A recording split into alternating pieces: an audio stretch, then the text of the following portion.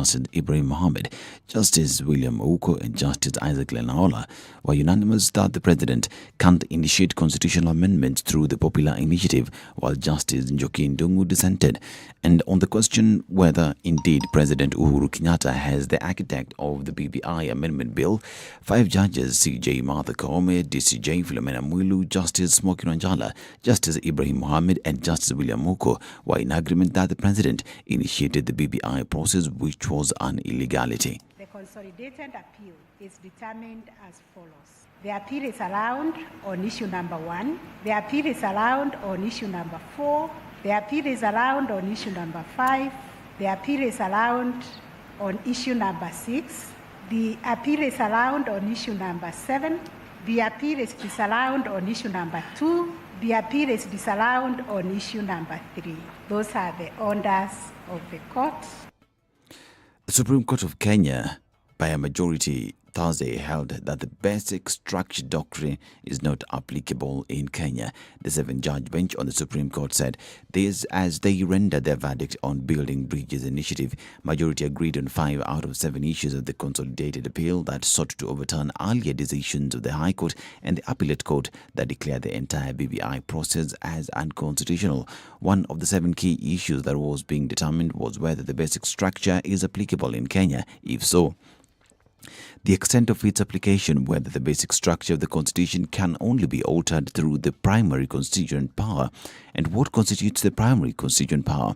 The majority held that no gaps had been identified with regard to Chapter 16 of the Constitution, which deals with amendments to justify the application of the basic structure doctrine. Having considered the 7 issues framed by this court for determination, the final orders are as follows. 1. The basic structure doctrine is not applicable in Kenya. Ibrahim, Supreme Court Judge dissenting. B. In order to amend the Constitution of Kenya 2010, the 4 sequential steps as pronounced by the 2 superior courts below are not necessary. Ibrahim, Supreme Court Judge dissenting.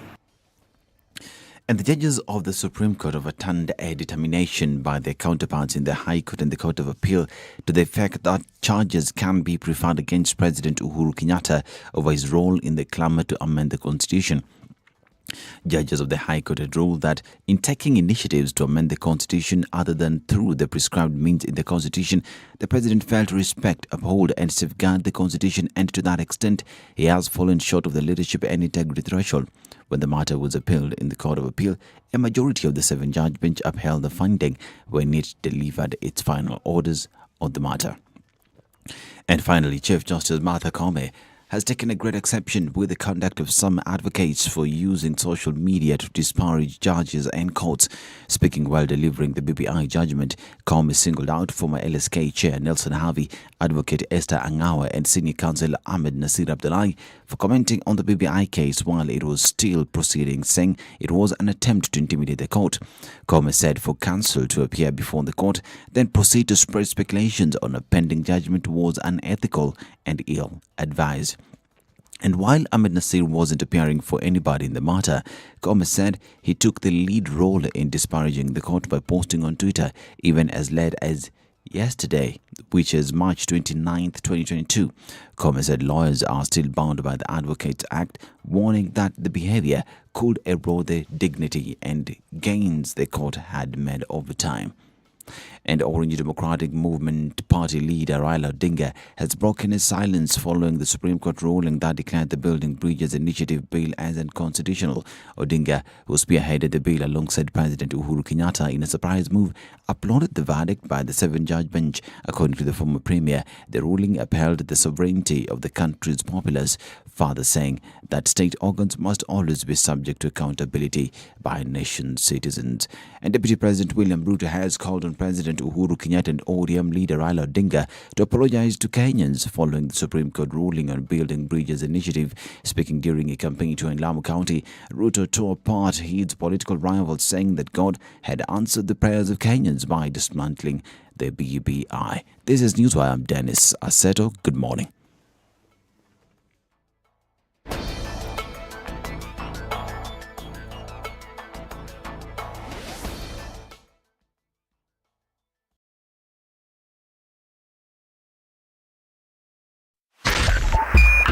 SpiceFM, Nyeri. No, this wheelbarrow, how can you give people wheelbarrow? His party symbol is an umbrella. Is he distributing umbrellas in McQueen? Have you been told if we don't lock between 10 to 4, this is what we're saving? You try and call them, the same person who was in your house every day, because they know you are influential and you will give them votes. Call them after 1 month and see if they'll pick up their phone. Don't tell your member of parliament that you want him to come and build a school, you want him to come and do a hospital. That is not the work of the member. Now that we have devolution in this country, these resources should go to those devolved units. You have to have strong, independent institutions. And you have to have police who has the right to take the biggest town in the country and question, why did you do this and that, and send them to court if necessary. Joel Nkericho, good morning. Salama sana, habari ya asubuhi. Salama kabisa. Mbunge wako ni nani? Anaitwa Silvanus Maritim, hapa ni Ainamoi. Silvanus Maritim, Ainamoi. Yes. Sasa ile juma nampambia yeye nini? Amalize aende. Oh, wow. Asante sana. That's it. The Situation Room, Kenya's biggest conversation. We're at the tail end of the weekend. Let's see what it looks like on these Nairobi streets. A little bit here and there on Jogo Road. Nothing much on Uhuru Highway getting out into the city. Gong Road also is free and clear. Coming off Raila Odinga away from Langata Road is a dream. No traffic whatsoever. Let's take a look at what's happening on the Thika Superhighway, and traffic is just starting to build up as you're getting into the city. Hopefully it will be nothing crazy. Outer Ring looking pretty good as well. Traffic really hasn't started this Friday. Likely to build up in an hour or so. So if you have left, you're in good stead. If you haven't, you still have a few good minutes to do what it is that you need to. Let's talk on SpiceFM KE on Twitter. Text 40127. Let's keep things moving. 94.4 Spice FM, Nairobi.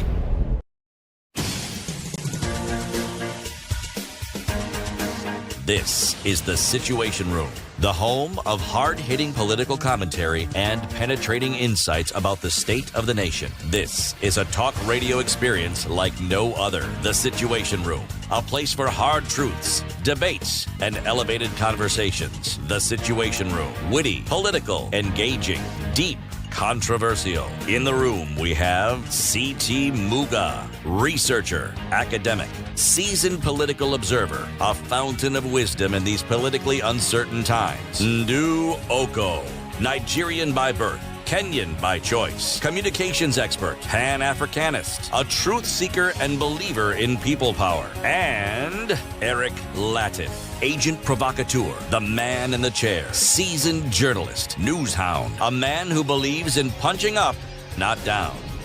This is the Situation Room, the only way to start your day. How are you doing? 9 minutes after 6. Happy April. It's the first day of April 2022. It's April Fool's, but we're not doing that thing. No. We're not doing the jokes. It's serious business right in here today. Yes, welcome to Kenya's biggest conversation. How are you doing, Ndu? Fine, thank you, Eric. Good morning. Good morning to you. Uko salama? Niko salama kabisa. Very good. I'm very well. Good. Yes. Are you happy? Am I happy? Yes. Yes, I'm happy to be alive. Happy to be here. Happy to have everything happening. Yes. Wajiro? Yes. You sit there. Oh, I sit here. Oh. Yes. I'm trying to do sign language. It's not working. Good morning, Wajiro. Good morning. How are you? Not bad. Been better. Wow. This one that you have to think about it and see how far. Yeesh. It depends on which Side of the bed you got it from. which part under the bed. which part of me you're talking to. Me, the person, I'm fine. You're making yourself The- sound like you have You, the multiple institution? personality disorder. Yes, we have parts. Wajiro is a person, she's a brand, she's an institution. All right. Yeah, so the activist in me is not good today. Why? Because we have a mixed BBI ruling that has set our work on one hand, there is a gain. Reggae has been stopped. We can reclaim our reggae, put it in its rightful place. On the other hand, there are aspects of that ruling that are not good for the democratic process. It's not a good day. It wasn't a good ruling for the Constitution of Kenya. Okay. So what? Because of basic structure? Basic structure is fundamental. It's like somebody coming and renegotiating your marriage contract when you're already in the marriage, or your employment contract when you're already in the employment. Yes, that is what has happened. So you are then told you will be getting the same salary, but every 2 months. There you go. Okay. Several arguments were made.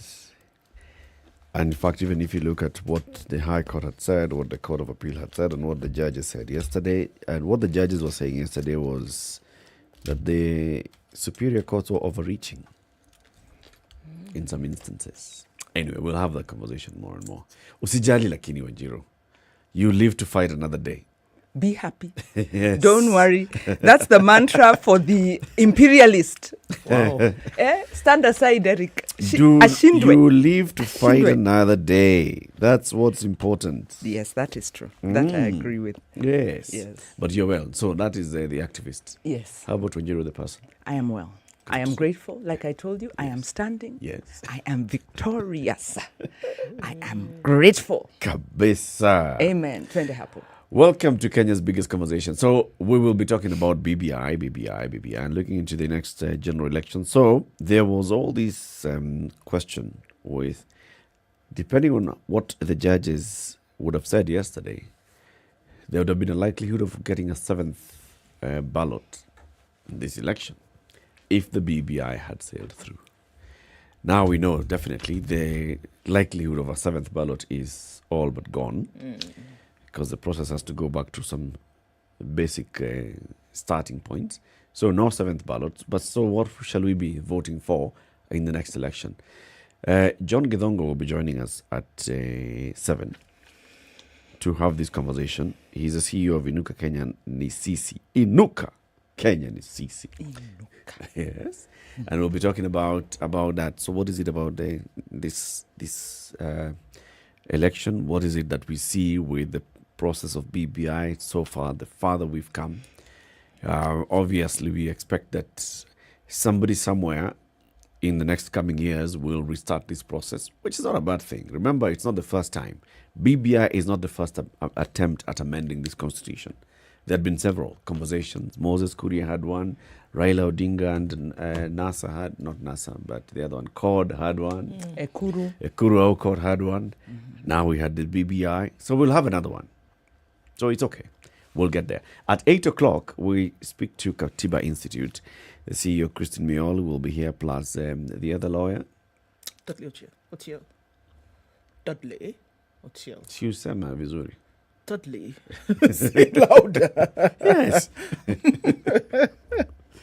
Dudley Ochiel will also be here. We'll be talking about the BBI, the ruling, and what that means in terms of the rule of law and in terms of constitutional dispensation. At 9, we look at the political angle of it, and we'll have a conversation with Priscilla Nyokabi, former woman rep for Nyeri County, who was also, in the engine rooms and the back rooms of the BBI Secretariat. And she'll come and tell us, so now, what next? Now that this has gotten to this point, so next, what's the plan? This and more conversations. Keep it here. Let's begin with COVID. Indeed. Looking at a positivity rate of 0.5% in the country right now. A slight increase in the number of cases that we've seen. 21 new cases in Kenya from a sample size of 4,261. Nothing eyebrow-raising as yet. Or really 8 new recoveries, 0 recorded deaths again. The one death that we saw a couple of days ago has been the first in a while. Let's look at world numbers. 488 million. We're still looking at the China situation where more and more cases increasing on a daily. Shanghai is still in lockdown. And let's just remember, it's not a lockdown because of a surge in COVID cases. It's a lockdown for them to be able to test the city and then see what they will do after that. They want to know what the COVID footprint is currently. But they've shut it down. And of course, There have been complaints back and forth, but hey, they're doing the business and they're saying, look, when we test the population of Shanghai, we will know what to do. And then we'll know if we're going to open or not. So, leave us be. We can do this. And actually, they can. And it's proper shutdown. It's yes. Those ones are back to don't get out of your house. You need food, we'll bring it to you. Yep. You need medicine, we'll bring it to you. If food is coming into a court, there's designated people who deliver the food at the gate and then designated people who pick the food from the gate and bring it to your doorstep. You only open the door and pick your groceries. And this is just for testing. Do not get out of the house. Can you imagine? No. One, I'm a Kenyan. Discipline is not our strong suit. We admit there. Yeah. The other thing is democratic, please. Because what's the risk factor? Because it's an approach that China has chosen to take. In fact, it's been criticized, this zero tolerance. And in a way, it may work against them because it may be redundant to an extent because the infectiousness of the virus has reduced. But there may be a case, the herd immunity proponents for allowing, normalizing the virus. I think that is the way to go. So as we look at this... Remember, they've been on a normalized situation. I think they're justified in their approach. When the rest of the world was reeling from the Omicron wave that happened over the last 3 months, China was more or less unaffected. Now, with the World Health Organization advisory saying, you know what, there's still a possibility that Omicron could come around and then be a lot more potent in terms of now severity. So China says, hold on. When this thing came in the first place, it did us a proper one before the rest of the world even knew what was going on. We're not going to do that again. Call it dictatorial, call it whatever. They said, we won't. We want to know, do we have people in community who are sick? Let us know what it looks like so that we know what we're dealing with. Before it knocked us off center, right? This time we're saying, it's not going to happen again.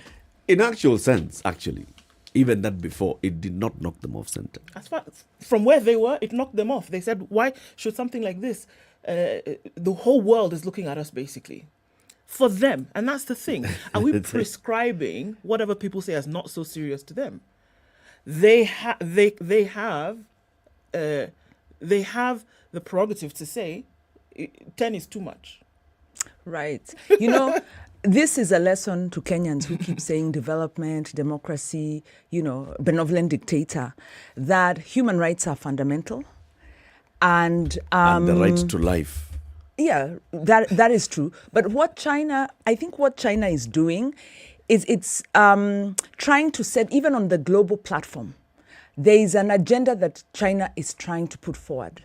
And it must control its population to be able to achieve its economic and political goals. So in controlling its people, it's actually closing the space for dissent because it's arguably not necessary now. At the initial stages, for sure, we didn't know what we were dealing with COVID. And the effects of the virus were devastating. But right now, this is a control issue. And it does. Even countries like Australia that have been very, very stringent are opening up. So no. So why didn't you say the same about Australia and New Zealand when they shut down and didn't allow people to even come Australia and see their and families? New Zealand For a whole 12 only months. Just reopened They've just opened after yes, a year. No. The point I'm making, and that's why I use them as an example, saying even they, who took a very stringent approach, have realized the potency of the virus has been minimized. Yes. It is time to go back to normal. But Wajiro, yes. Prescribed by whom? When Australia and New Zealand were blocking anybody from entering their country. Families were separated for 12 their own months. People, right? For the last 2 years, China was operating. No, because they had managed to control China was operating, all right? And they had, first of all, before the rest of you guys had come up with your own vaccines and accepted your vaccines, they had come up with their vaccine, they had vaccinated their people. They had opened up the economy. They had gone back into full life, okay? And they were closely monitoring the cases. There were few cases. They've noticed a spike. They have seen, all right, so we are in a wave. What do we do with the wave? It's called what? The thing of the power box? The circuit. Circuit breaker. Yeah. So there's, yes. Well, so they've initiated a circuit breaker at this particular stage. because they are seeing a wave coming into their country. So that's what they're dealing with. It's not necessarily control. If you just look at it from that point, you could actually see, so they have seen a rise, they're putting a circuit breaker, they'll come back to normal. Because for them, opening is allowing 1 billion people out. Opening Shanghai is allowing 26 million people out. I still hold my position that it's an overreaction when you look at the science and you look at the facts. New and Zealand that, had 4 cases of COVID and shut the country down. Well, 4 cases. Well, when you look at it this way, when in you some look cases, just 2 nuns. Let's look at it this way. The Delta virus was killing people in its wake. The Omicron virus came and was beginning to lead us into the herd immunity because its potency had been reduced. So the point I'm making here is that, yes, there are many people, but the situation has changed because the potency of the virus has changed. So their reaction should, I'm not saying they shouldn't take measures, but their measures could have been more humane. And the reason they don't have to do that as China, and the point I'm making, is China has a global agenda. And they have to be able to control their population, to be able to perpetuate. That's you infusing now another angle to it. There is. China is dealing with a health emergency, just like New Zealand, just like Australia, just like India, just like South Africa, just like the UK when it put us on the red list and said, Kenyans, you're coming from Kenya. You're not coming to our country. That was politics. They even retracted that. So health, dealing with the health crisis and politics are very intertwined. Yes. Let's take a quick break. 22 minutes after 6. Okay, we are off to a good start. Are you online? Because we are. SpiceFM KE on YouTube and Facebook. Say hello. We'll be doing that roll call shortly after we take a look at the weather forecasts.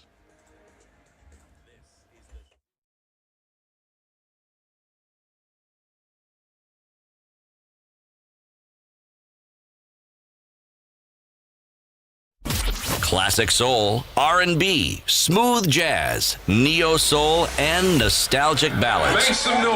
Yeah. You're listening to Spice FM. The group of leaders we are having now, these are just like the polymers. The chemical composition is the same.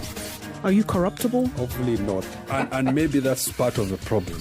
People who have done about 300 speeches and they're not saying anything. What makes you think that they will come in with something really dramatic? Don't miss out on the latest from Kenya's biggest conversation. A bit of a drizzle in Nairobi. Highs of 24 and we'll see lows of 16 today at 14 degrees. Nakuru is clear. Highs of 27 and lows of 12.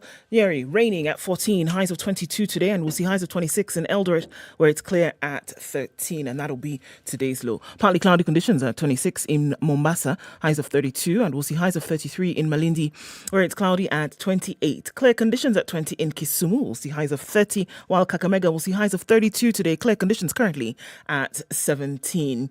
It's mostly clear in Kampala at 23. We'll go to highs of 29 and lows of 20 while mostly clear conditions in Dar es Salaam at 24. It'll go to highs of 31.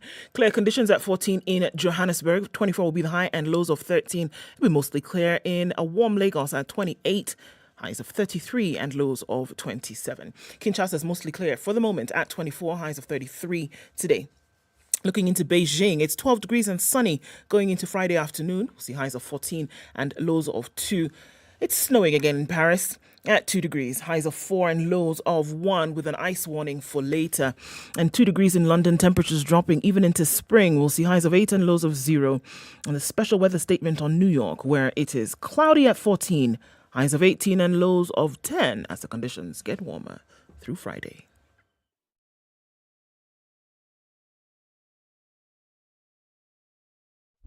Classic soul, R&B, smooth jazz, neo soul, and nostalgic ballads. Make some noise. Yeah. You're listening to Spice FM.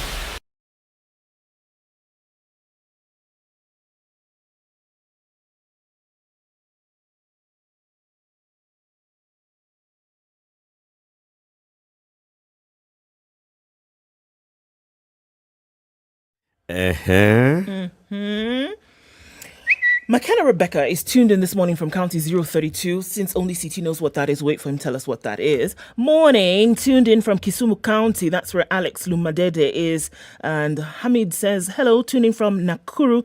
028 is listening. That's where Kiprono is. And in Nairobi, Daniel as well says, good morning, Sauzi. Good morning from Kwale County.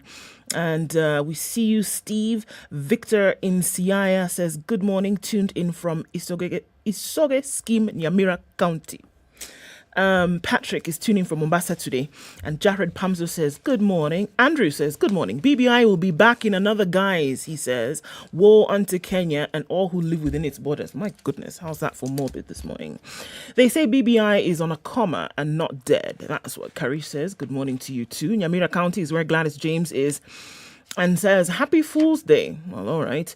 Hey guys, tuned in from Mombasa. MCR, we see you. Abraham Lucorito tuned in as well. All of you guys tuned in bright and early. Asante sana. Everybody, karibu. So, I'm in one of those city kind of days. It's a city day? Yeah.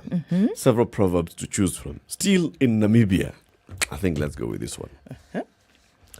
If you want to give God a good laugh, tell him of your future plans. Indeed. If you want to give God a good laugh, tell him of your future plans. This one is from Namibia. All right, everybody, welcome. So let's take a look at the newspaper headlines. Remember, www.standardmedia.co.ke or go to the App Store or Play Store and get the Standard app, the Standard e-paper app. Some of the premium content on www.standardmedia.co.ke. Pain, gain of Uhuru's dream to catch up with Asian tigers. The vision of quickly industrializing the country came at a steep price. It's giving an analysis of, okay. Yes, so, fully agree with that. We so know pain that. And the gains. Yeah, mainly pain. Gains into private pockets, mainly. Barabara expressway in private pocket.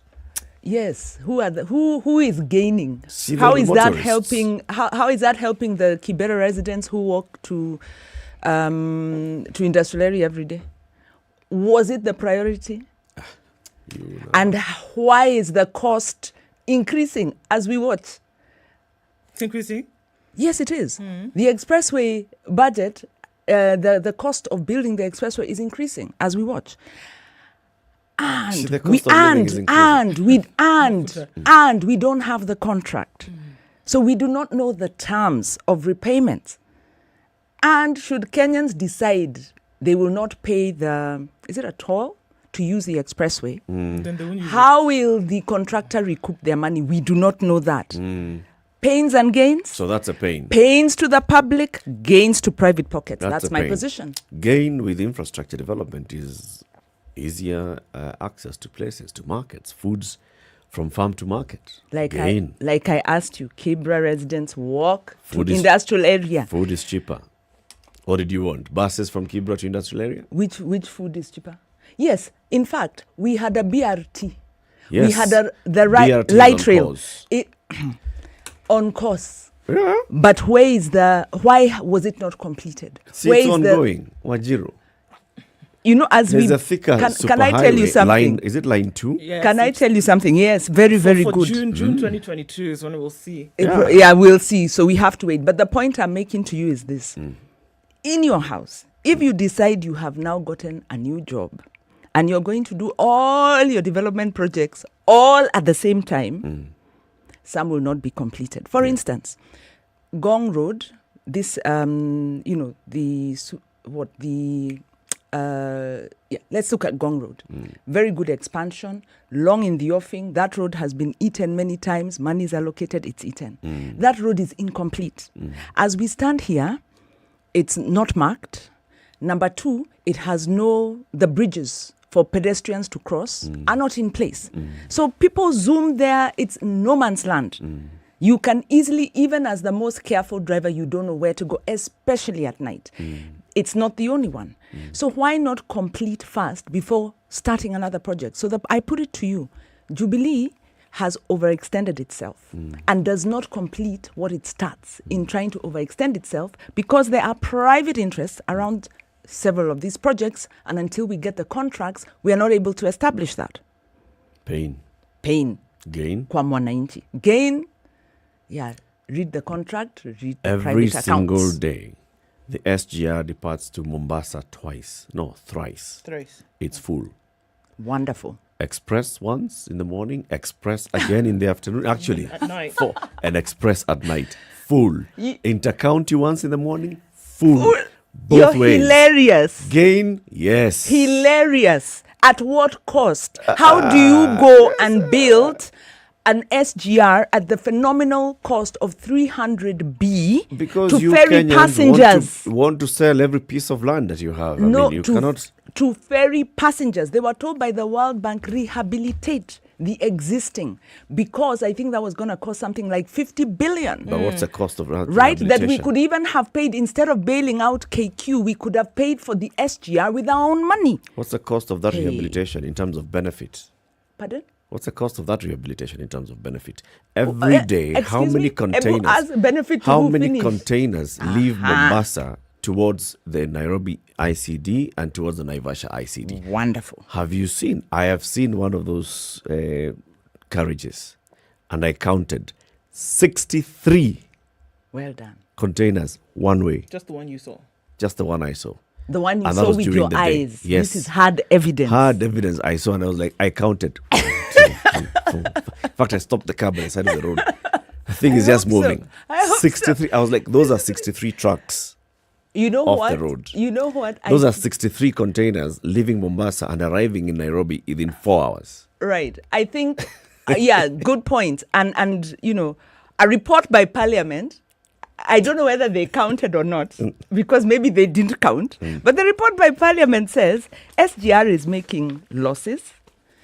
It also says SGR has created unemployment because of the depot being moved. And so they question the socio-economic impact and viability and sustainability. So I'm not saying we didn't need to rehabilitate, but I'm saying the private interests commandeered a very good project and made it a private project at the cost of the public. So SGR is losing money every day because it was not well formulated. It was captured. That's the word. Captured. There's this little thing that happened yesterday, though, and it was at the Supreme Court. And it's what is being called the blow to the BBI across the board today. Reggae is dead is what is being reported by The Nation. Supreme blow to the BBI. The death of Reggae in an ironical twist. Uhuru's personal involvement in the push to amend the Constitution was cited by the Supreme Court. The Supreme Court judges as the reason for burying the Handshake Brothers' dream for a new dispensation. The justices ruled the process unconstitutional and the role of delimiting constituencies belongs to the IEBC. A lot covered here on this. I know you want us to go to break, but let me just go through really quickly before we come back and look at it more in terms of review. According to the Supreme Court's decision, the basic structure doctrine is not applicable in Kenya. That's one. Remember, there were 7 issues that were brought before the Apex Court. The second one, the president enjoys immunity from prosecution. There was public participation on the BBI bill. The court deemed so. The IEBC was actually properly constituted when verifying BBI signatures. The multiple questions in referendum were not ripe for determination. The president cannot initiate constitutional changes through popular initiative. Hence, the BBI bill is unconstitutional. And a move to create an additional 70 new constituencies is unconstitutional.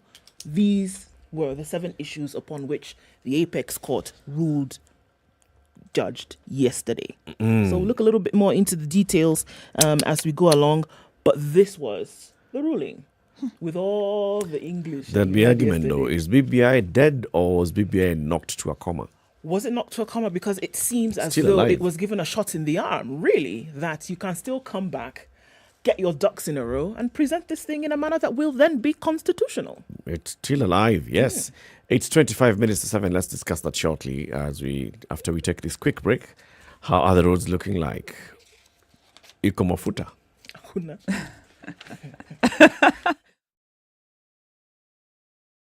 This is the Situation Room, the only way to start your day. Hey, it's getting hot in here. The media has greatly contributed to the moral rot that we experience in this country. I remember a senior politician telling me, point blank, nobody steals in the field, it's stolen in the granary. So my friend, if you're going to win an election, jipange kwa granary. I think we are suffering from Stockholm syndrome. Our violator and abuser is also our redeemer in our mind. The whole political class, the whole political institution is rotten. It is based on ideals that cannot progress our country forward. This is the Situation Room. All right, so it's building up. We're looking around the Eastern Bypass. And not many vehicles on the road this morning. Could it be a fuel issue? We're going to have to look at that one. But we also see some traffic building up on the Thika Superhighway this morning as you get just past that Mathare Junction out towards the Pangani Underpass. Some coming off of Kiambu Road.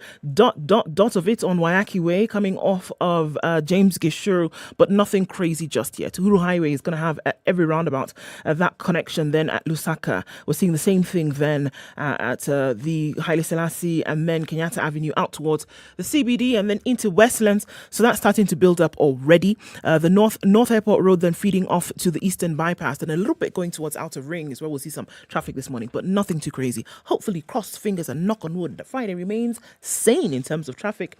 We'll be here to hear from you on SpiceFM KE on Twitter. Text 40127.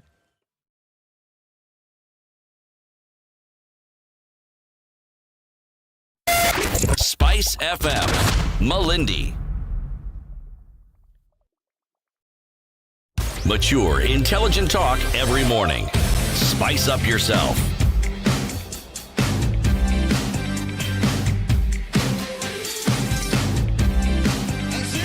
Okay, so was it a loss? Was it a win? 94.4 Spice FM. In terms of, if you look at it, Wanjiru, so from your side, there was a loss.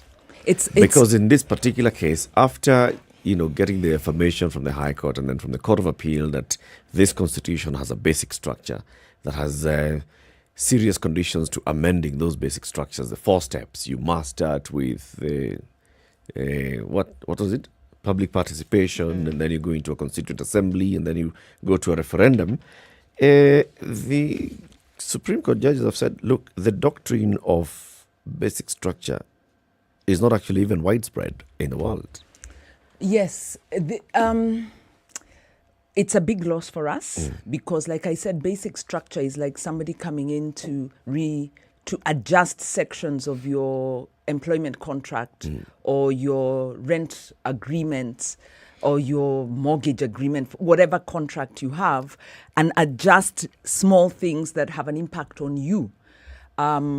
In this case, we are saying the Constitution it needs to be read as a whole and not piecemeal, and that some of these piecemeal adjustments negate the spirit of the Constitution.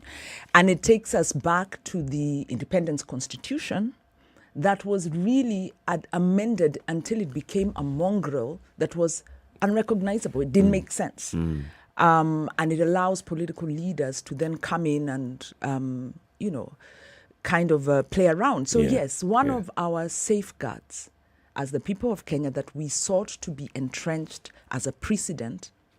But with the argument for a basic structure, what was the argument? Were you saying that this constitution, if you want to amend these parts of the constitution, you must go to Bomas? You must have a constituent assembly.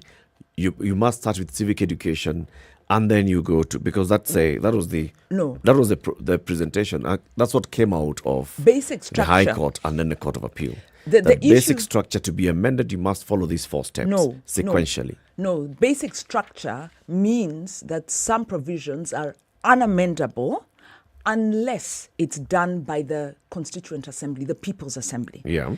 It means that when Kenyans voted in the Constitution and decided there is separation of powers, Parliament cannot go and tinker with some section that undermines separation of powers because that's basic part of the basic doctrine. Yeah. To amend the basic doctrine, you actually have to have the Constituent Assembly where the people say, yes, separation of powers, we no longer need it, we want to change it, and you then go and change the... actually, you then don't do an amendment, it's a change of the Constitution. So the aim is to protect little amendments to the law that negate the original intent. So basic structure, for instance, on no, I was going to say CDF because it's one of the arguments we've used in CDF, which I can't talk about because it's also before the Supreme Court. System of government. System in terms of government. We have a national government and then we have a county government. Right. Right. You therefore cannot make amendments that take away any of the powers of the county government under the guise of doing something else. So even if you have legally passed, as in you go through parliament or you go through a citizen's process and tinker with the basic structure, it is null and void. To change the basic structure, you have to it's like a change of constitution. So it's saying there are some basic things that are non-negotiable. Okay. I guess now, from what I'm hearing from the Supreme Court, well, the other superior courts, High Court and Court of Appeal, had said, yes, there's a basic structure, and this is the process to follow. Start with civic education, go to public participation, go to Constituent Assembly, and then go to referendum. That this is the doctrine of the basic structure. The Supreme Court judges, all of them unanimously say, we don't have a basic structure, but this Constitution also has those safeguards. There are parts of the Constitution that have been safeguarded from whimsical amendment by people's representatives in Parliament, and those are the ones that we're talking about. Right. For example, you can't change the system of government by a vote in Parliament. It must go through a referendum. There's a couple the of people things. universally that have to vote on that and say, are we changing, are we removing devolution from our systems? Parliament can't do it. The point is, basic structure can't be amended. The Constitution can't be amended to adjust the basic structure. You need a change of constitution that has to go through the Constituent Assembly. However, there are sections of the Constitution that can be amended by Parliament, and those are open to Parliament. But even if Parliament legally makes those amendments and they are found to impact the basic structure, then they are unconstitutional. So basic structure is not about the process. It is about the coherence. So it is about coherence. And it requires... So I think the two are linked but are separate in that what we are saying is that whatever changes come in, they must not attack the foundations of the Constitution. Even if you went through a citizen process by way of amendment, that then you say you're doing an alteration that then hobbles the Constitution, then you say, no, you have to be consistent. So essentially, that there are certain things about a constitution, because we're not just talking about basic structure doctrine applies wherever there's a constitution, it can be used for application, right? So you're saying that there are certain tenets of a constitution then cannot be erased by the legislature. However, that there are certain parts that can be amended so long as you're not tinkering with the foundation of the Constitution. Yes. And just to add on to that, the issue of amendment versus change of constitution is pertinent, because you can't say, well, we're going to do a little bit of housekeeping. We're going to tidy up the gender provision and then introduce something that interferes. So you do a legal process for an amendment, but really you're doing change the constitution. So if you're going to change the constitution, you have to go through the full citizen process. In that case, I think, but the Supreme Court agrees with you, and they have said the same. No, but they've said the basic structure doctrine is not applicable. The doctrine is not applicable in this country. However, there are sections of the Constitution. This Constitution already protects itself in some parts. Well, that was and always says the case. There are parts of the Constitution that can be amended by Parliament, and there are parts of the Constitution that can only be amended by the people directly through a referendum. And then they say that is an amendment. But this is if the people of Kenya wanted to change this constitution, if you put a basic structure, it also means that you cannot even deal with this constitution. If the people of Kenya wanted to change this constitution, they can create a new constitution and have a new constitution. That is fine. But there are parts of the constitution that if you want to amend, you must seek the people's express will. Yes, will. but I think we are referendum. mixing something up here. The basic structure doctrine is not about the participation of the people. It's about coherence. And then also that the process of changing the constitution must deal with the third question, which was public participation on the BBI bill, which the Supreme Court also took a lower standard. So basic doctrine is about coherence. It is then also about the process of changing the constitution, which BBI had erred because the BBI proposed to do an amendment, but was doing a major overhaul. Yep. So this will affect other types of legislation that come in. If you look at the Independence Constitution that came in and began to tinker, and in the end, you're left with a constitution that doesn't make sense with itself. So it's about coherence. Yes. And then there is the public participation, where the High Court had a beautiful ruling saying that the process of enacting the constitution was robust. There are these 4 stages. You can't just go and pick a bunch of civil servants, get the chiefs to mobilize people so that you do have public participation tokenistically and say that we've had public participation for a change of the constitution. So the standard on public participation has been lowered and the safeguard of the basic doctrine has been removed. And like the paper says, this is a new kind of jurisprudence emerging around the country, but it just means that we have a different type of Supreme Court now. We had a very progressive ruling.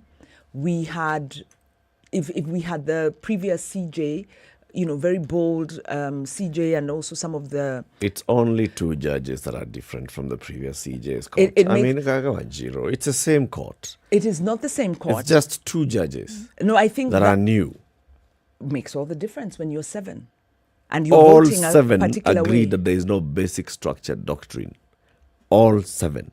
Well, and this is what they said. Was there a dissenting? I think there was a dissenting. There was a dissent. Not all 7. There was one dissent by Justice Ibrahim. Right. And Justice Ibrahim, he agreed with the High Court and majority of the Court of Appeal, because even in the High Court of Appeal, it was not unanimous. It was a majority. Mohammed Ibrahim said the basic structure doctrine is applicable in Kenya. He agreed with the High Court that fundamental features of this constitution, which are to be identified on a case-by-case basis by the courts, could only be amended by the people in exercise of their primary constituent power. The majority in the Supreme Court yesterday said that no gaps had been identified with regards to Chapter 16 of the Constitution, which deals with amending to justify the application of the basic structure doctrine in Kenya. However, they agree that the Constitution is self-executing in dealing with any threat of any possibility of abusive amendments as witnessed in the pre-2010 era. So they say the court, in addition, the court held that the basic structure doctrine does not form part of the general rules of international law, which are applicable in Kenya. True. When you're looking for, there are many principles even in governance that countries abide to and make to be a standard. For instance, when you're talking about accounting standards, they're not static. They change and evolve. Progressive countries will always go for the higher standard. When you're talking about, like, we're signatories of the open governance, it's now become an international standard, but it wasn't. And the first countries that signed on are the ones who propagate it. Now, this is what's happening. Progressive jurisprudence has recognized that there is a basic structure, a basic foundation on which constitutions stand, and that there has to be coherence. It is an additional safeguard on top of the already provided. So in the extent to which we have lost that is a loss, because when a constitution is a living document, it's not just the black and white letter. It's also the rulings of the court that give force. So without a doubt, that is a loss. Great that BBI has been temporarily stalled, but we are still going to have to keep arguing these cases. Basic structure is jurisprudence, and that's what you do. You try and push the safeguards around the foundational pillars. So that's a loss in terms of yes, the initial application that you'd gone with to the court. It is it's a win to the petitioners in the Supreme Court. Right, of who course was the Attorney General and of course and the President. It is, of course, and it also, the reason I say it has to do with maybe not the character of the court is very much dictated by the leadership and the judges. That is why after the annulment of the presidential petition in 2017, we saw a very intense battle behind the scenes for control of the JSC appointments. Because whoever controls the JSC then controls the appointment to the courts. And so, make no mistake, we had a more progressive court prior to the most recent appointments. And we are going to, and also make no mistake, the Constitution of Kenya, particularly devolution, is standing on the shoulders of court rulings.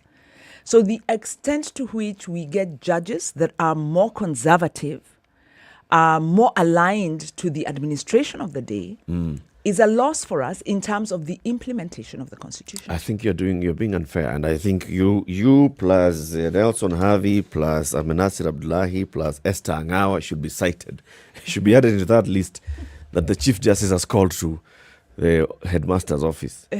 She did say, interestingly, for criticizing what? She said that there was criticism leveled at the Supreme Court ahead of the judge's decision on the BBI. She took a moment out of delivering the judgment to call out lawyers, through which now Eric has also enjoyed yourself watching. I'm in good company. Who were targeting the judiciary with malicious accusations, specifically Ahmed Nasir Abdullahi, Nelson Harvey, and Esther Angawa.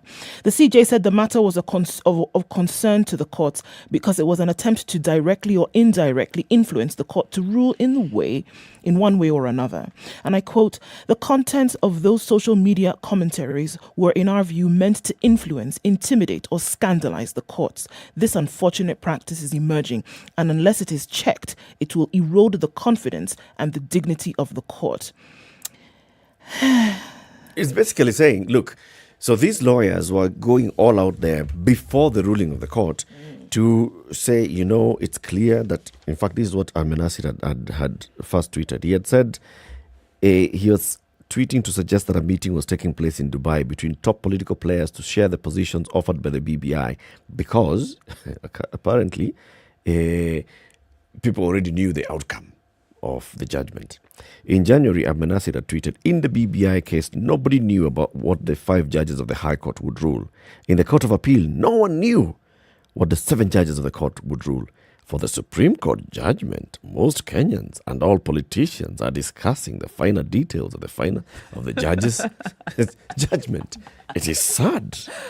And then in response, the then president of the Law Society of Kenya had tweeted, "If this be true, it will be confirmation that the Supreme Court has failed in its role to determine matters before it without interference from the executive. It will be a big indictment against Chief Justice Martha Koome and a vindication that we were all along right about her." 2 things. Timing is everything. Those remarks prior to the reading of the judgment are agreed, that's in violation, I think maybe contemptuous of the legal process. The second thing is the credibility and legitimacy of the new leadership. There is a perception that the present CJ is very aligned to the administration of the day. How? And the proof of that will be the rulings that will come out. So it's not even something to spend time on, other than to say, let us see the judgments that come out. Because the Constitution seeks to uproot the post-colonial state, of which the prime beneficiaries are in the political class. That is what we are trying to do here. It is an activist constitution that needs an activist court. And this does not look like an activist court. And we will know by its judgments. So already we are beginning to see signs of a court that is more careful. This is not a good thing for Kenya because, unfortunately, when we enacted the Constitution, we didn't In fact, Wandi and Sorry, Joya. what are the signs that the court is more careful? What are some of those signs that the court is being more careful? Well, we're looking at this as a fast ruling. This one? And this is why I'm saying, I'm speaking about this This now. particular ruling. I'm talking about... Cindy, Which other this one ruling? where they said that the president is the one who initiated this thing and therefore this thing is unconstitutional. Yeah. This one where they said parliament has no job at all to create new constituencies and therefore what they were doing is unconstitutional. Let me put it to you. This one where they said... Let me put it to you. This is a careful judgment, but like I said, it has failed in terms of the progressive structure, adoption of progressive standards on basic structure. And in a country that has a history of mutilation of the constitution, you would expect a court to say, we know Kenyans, they're indisciplined. And they mutilate constitutions because the previous constitution, I don't know, had how many, 20-something amendments that turned it into a mongrel, unrecognizable even to itself. And then on public participation, unfortunately, they have lowered the standard. We had a historic process in Kenya where every Kenyan had a say in the constitution-making process. Why should we not uphold that standard? We spend money on all kinds of other, processes. Why are we saying the people of Kenya? Now, I'll tell you what Wandi and Joya says. She says, we are paying a heavy price. This is an article she wrote, I think, in 2021. We are paying a heavy price for not decolonizing our institutions at independence. Control of the judiciary is very important, whether it's America or Kenya, because you want people who subscribe to your philosophy. So let us not, beat around the bush. And then she says that the middle class, and she quotes an article, a class that dare not speak its name, are able to exert coercive power, whereas they remain largely unrecognizable. Unrecognized as a class with its own economic interest. The professional middle class is composed of those people in managerial positions within institutions, which give them low-grade coercive power to impose the will of the hegemony on its citizens. This class is anti-political. They believe they have the right to direct the behavior of ordinary citizens, and they are often beneficiaries of patronage. Yeah, so that is what we are seeing. Basing this on? I mean, surely it's okay. She can say all those things, but if we look at what has come out of our judiciary, which is headed by the Chief Justice, from the High Court, there was no interference with the judges of the High Court. There was no interference with the judges of the Court of Appeal. There has been no demonstrable interference with the judges of the Supreme Court. There was no, in fact, unless we get to the end of next week and we hear, these are the conversations that were happening in the Supreme Court ahead of the judgment, that then we can see, okay, there was interference. So far, nothing indicates there was any interference, that each of these judges read their own judgment independently through their own interrogation of the matters. That's extremely naive. When they get to a point where they agree that they say, okay, the president cannot initiate a constitutional amendment, 7 of them say that, 1 dissents. It's good. Well, I'm not saying that it's a bad judgment. I'm just saying it's a judgment that has failed the test of progressiveness and protection of the Constitution, given our political scenario. The other thing is, you must remember the Supreme Court is a political court. It is a political court. And at the end of the day, it operates in a political context. So it's different from the High Court, it's different from the Court of Appeal. Now, this judgment must therefore be interpreted in terms of its political significance. And that's why I say there were some provisions it could not go back on. It could not. And, if these judges wanted to hold their name and be able to even be seen regionally to be judges. But on the political front, it has failed. Let's continue this conversation. Today is a BBI day. A very good morning to you at 7 o'clock. Keep it here for more.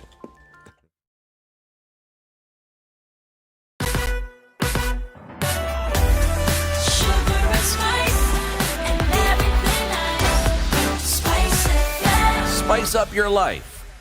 The latest news from around the world. 94.4 Spice FM.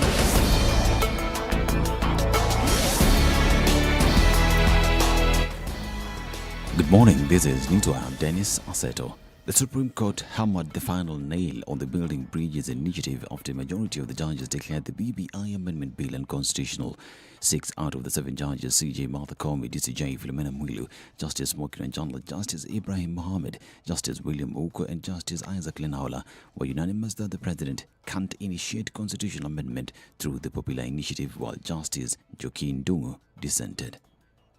The consolidated appeal is determined as follows. The appeal is allowed on issue number 1. The appeal is allowed on issue number 4.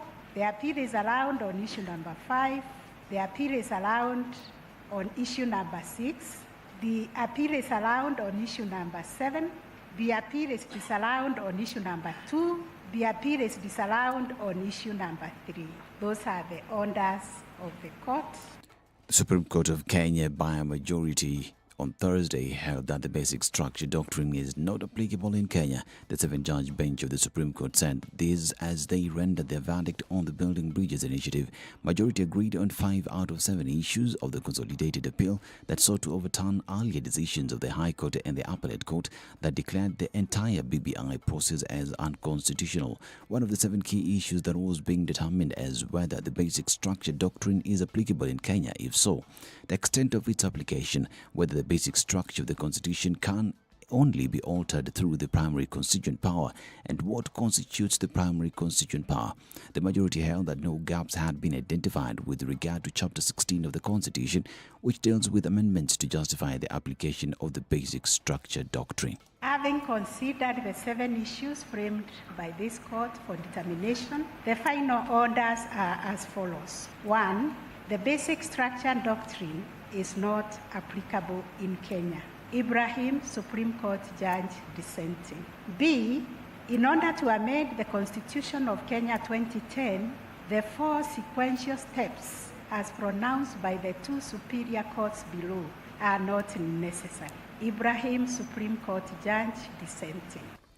And the judges of the Supreme Court overturned a determination by their counterparts in the High Court and the Court of Appeal to the effect that charges can be preferred against President Uhuru Kenyatta over his role in the clamor to amend the Constitution. Judges of the High Court had ruled that in taking initiatives to amend the Constitution other than through the prescribed means in the Constitution, the President failed to respect, uphold and safeguard the Constitution, and to that extent, he has fallen short of the leadership and integrity threshold. When the matter was appealed at the Court of Appeal, a majority of 7-judge bench upheld the findings when it delivered its final orders on the matter. Civil proceedings cannot be instituted in any court against the President or the person performing the functions of the office of the President during their tenure of office in respect of anything done or not done under the Constitution of Kenya 2010. That was unanimous. And CJ Martha Koome has taken great exception with the conduct of some advocates for using social media to disparage judges and the court. Koome said for counsel to appear before the court then proceed to spread speculations on a pending judgment was unethical and ill-advised. And while Ahmed Nasir wasn't appearing for anybody in the matter, Koome said it took the lead role in disparaging the court by posting on Twitter even as late as 29th of March. Koome said lawyers are still bound by the Advocates Act, warning that the behavior could erode the dignity and gains the court had made over time. Now, Orange Democratic Movement Party leader Raila Odinga has broken in silence following the Supreme Court ruling that declared the Building Bridges Initiative bill as unconstitutional. Odinga, who spearheaded the bill alongside President Uhuru Kenyatta in a surprise move, applauded the verdict by the 7-judge bench. According to the former premier, the ruling upheld the sovereignty of the country's populace, for saying the state organs must always be subject to accountability by the nation's citizens. And Deputy President William Ruto has called on President Uhuru Kenyatta and ODM leader Raila Odinga to apologize to Kenyans following the Supreme Court ruling on Building Bridges initiative. Speaking during a campaign tour in Lamu County, DP Ruto tore apart his political rivals, saying that God had answered the prayers of Kenyans by dismantling the BBI. According to the Deputy President, who has been at the forefront of criticizing the initiative, the proponents of the BBI wasted Kenyans' time trying to popularize the unpopular agenda and should thus come out and apologize to Kenyans. And Homa Bay gubernatorial aspirant Evans Kidero has rejected the endorsement of woman Representative Gladys Wanga as the ODM party candidate for the county's top seat in the August polls. This is Newswire. I'm Dennis Arseto. Good morning.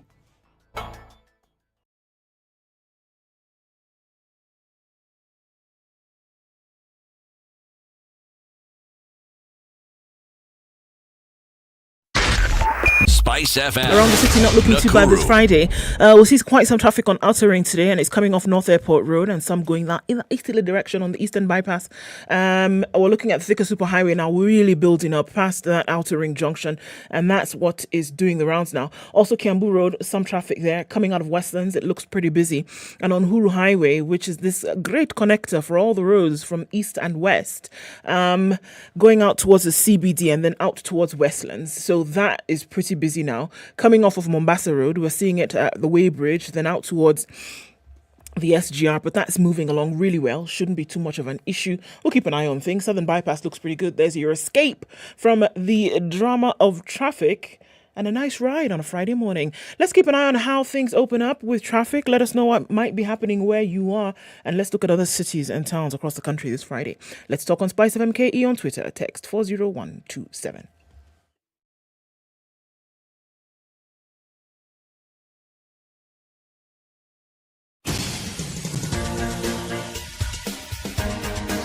This is the Situation Room, the home of hard-hitting political commentary and penetrating insights about the state of the nation. This is a talk radio experience like no other. The Situation Room, a place for hard truths, debates, and elevated conversations. The Situation Room, witty, political, engaging, deep, controversial. In the room, we have C.T. Muga, researcher, academic, seasoned political observer, a fountain of wisdom in these politically uncertain times. Ndu Okoh, Nigerian by birth, Kenyan by choice, communications expert, Pan-Africanist, a truth seeker and believer in people power, and Eric Latiff, agent provocateur, the man in the chair, seasoned journalist, news hound, a man who believes in punching up, not down.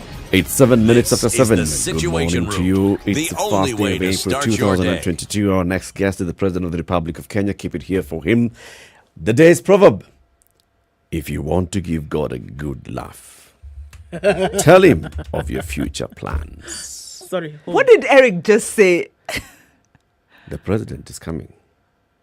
Oh, okay. We're sitting up. You didn't warn us. What did you think those people are in the big suits who are coming checking the studio? Hiya. All right. Oh, you were not here at 5:30 when, yes, there was the sniffing dogs and all. All right. We're sitting up.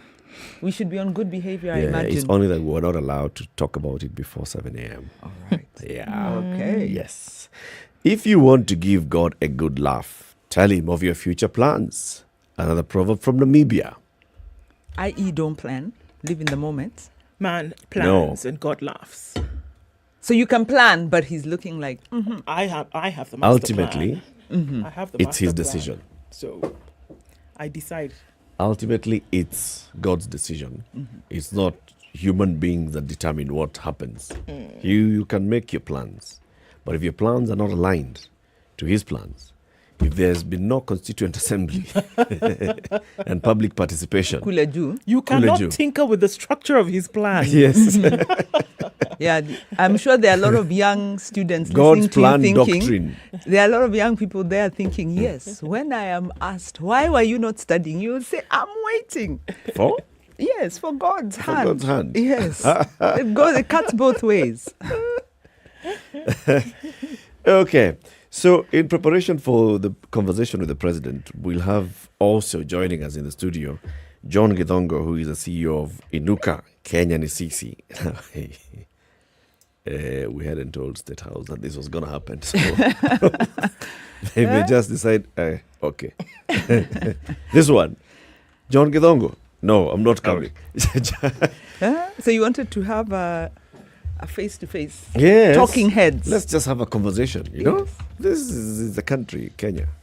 Yeah, and there's no better way of having such kind of a conversation than, having everybody in the room. Right. John, a very good morning to you. Good morning. It's good to have you in the Situation Room, Kenya's biggest conversation. Thank you very much. That is called a hot seat. Hot seat. Yes. All right. Yeah. Okay. So you'll feel it. That's okay. You'll feel the warmth. as we have this conversation. Great. Inuka Kenya ni sisi. We've had a conversation with you about this on the phone before. Yes. But you can just remind everybody, who is Inuka Kenya ni sisi and what do you do? Inuka Kenya ni sisi is a non-governmental organization. We're involved in governance broadly, corruption more specifically. We have a range of projects, including a publication called The Elephant, which is an online publication. And I can go on and on about what we do. But our main, my area has always been the area of anti-corruption. Yep. That's what I've always been interested in and focused on.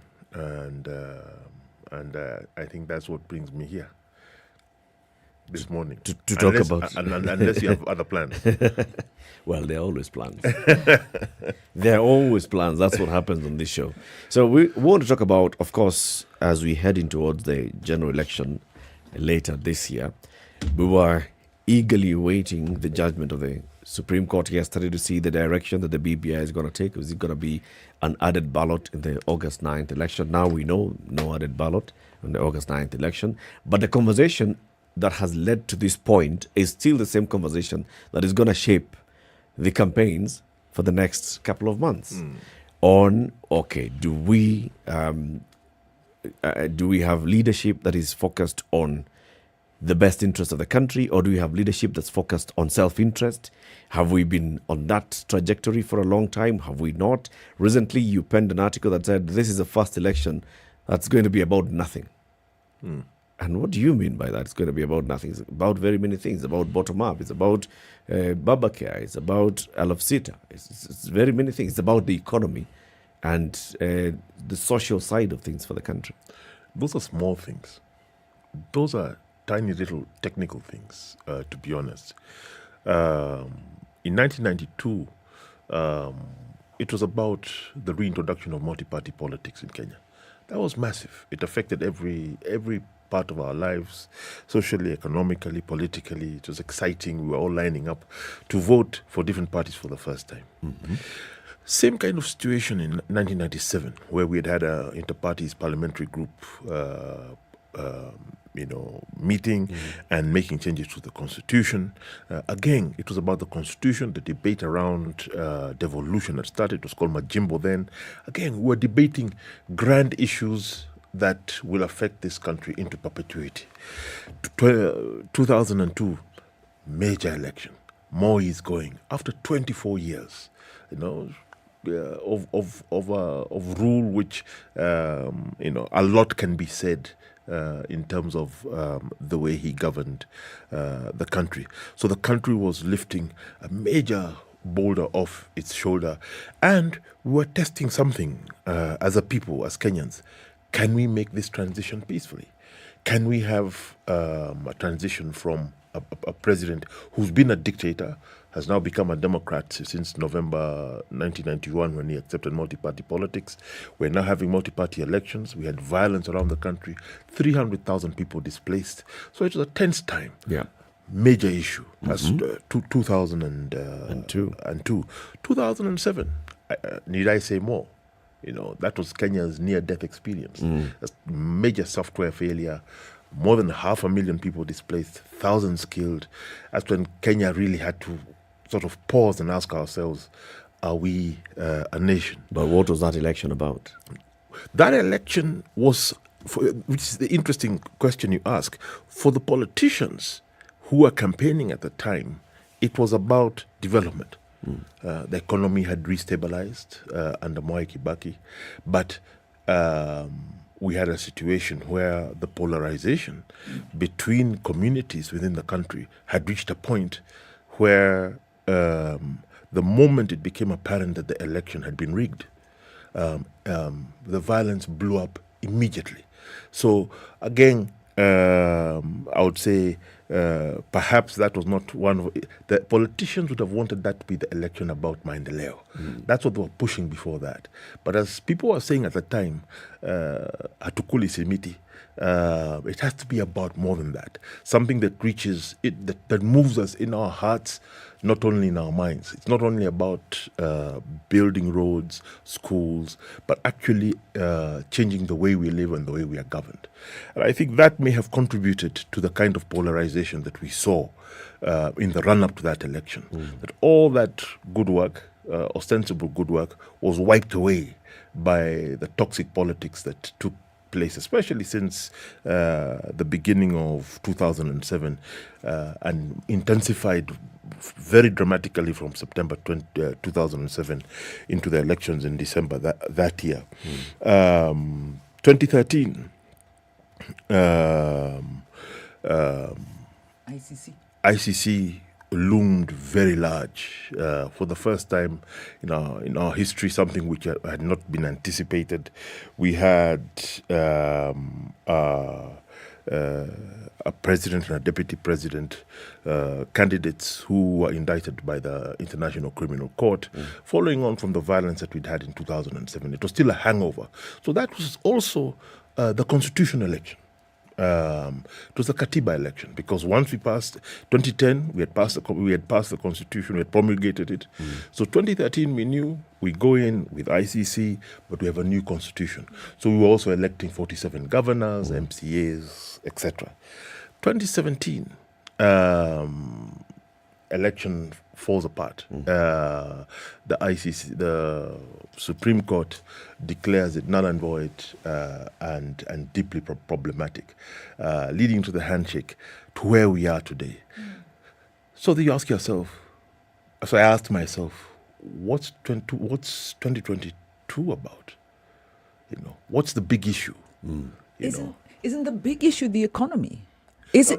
Have we not moved from, in a way, despite all the kind of political discourse that's quite disjointed, are we not beginning to see a kind of economic formations and positions taking place, where we are seeing the so-called bottom-up, whether they practice and believe, they have put forward an agenda that is looking at the post-colonial imperial state and the need to disband it. So the dynasty versus the hustler, is that not the big agenda? I would agree. It hasn't been articulated in a manner that unites us. The hustler versus the dynasty bottom-up wheelbarrow narrative is extremely compelling. It's populist. Like all populist agendas in democratic situations, they ultimately fail. Because when you scratch below the surface, they're vacuous. They have no substance to them. However, they capture the imagination. And this one, rightly so, the opponents of it have not been able to articulate something solid to contest this space. And it is true. And, with the BBI, the Supreme Court finding the way it found yesterday, just looking at comments that were being made on television, in newspapers, online, it was interesting. Kenyans, really didn't bother with the BBI reading through all the judgments. We don't. No one does. I don't even think the lawyers themselves. Even the judges were telling the lawyers, we know you don't read our judgments. We don't read say that? We don't read. The big thing that Kenyans are on about right now is the state and condition of the economy and the cost of living.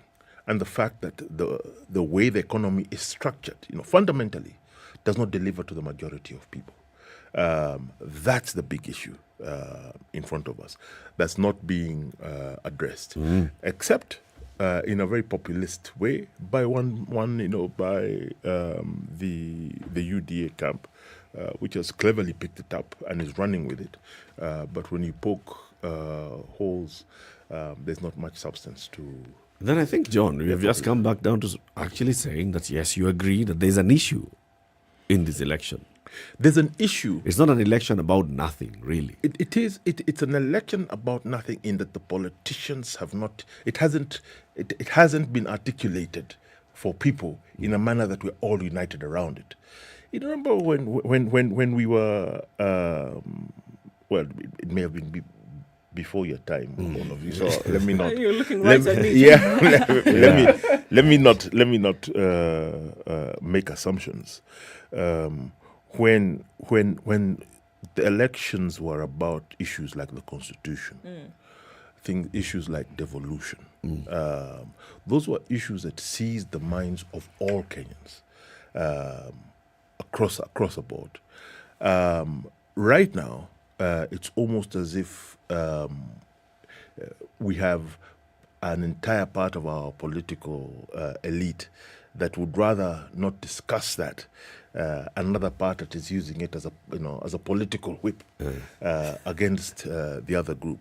So one would like to have a situation where you have an election that inspires a population to make a choice on the basis of an issue which they feel will affect not only their future but the future of their children and their children's children, and that yet hasn't come out in a manner that is real. And even as we say these things, John, despite all of that, there are those who did feel that it was important enough to have something like the BBI come in, and that it captured the minds of people, albeit 24 hours yesterday, and then going into the analysis that is inadvertently going to happen over the next couple of weeks, right?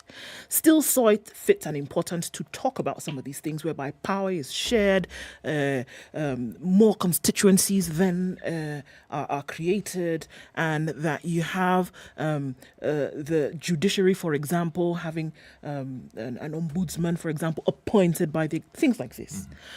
They still saw it fit to say it's necessary for us to still have this conversation. How then do you reconcile the two? That you have a country that is reeling from the effects of a poor economy, but that there are those who believe that there are some things pertinent enough to be discussed and shared in the manner in which the BBI came out? I think that I think there are some of the issues underlying the BBI conversation which will still be had. And I acknowledge that. I don't think they're going to go away. They have been defeated in the courts. They're going to come up again. They're coming up again against the real elephant in the room for Kenya right now. Is the fact that 7 out of every 10 shillings that we pay in tax goes into paying for our debt. I think the other day we were told that we're now paying more for debt than we're paying for recurrent expenditure. Those are the realities. How do we feel them?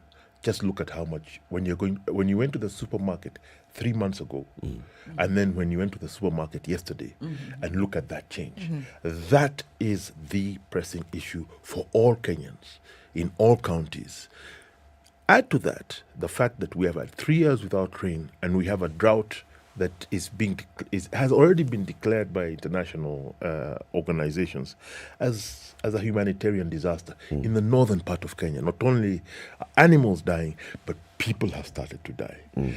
And the fact that we're not focused in a singular sort of way in asking, actually, how did we get here?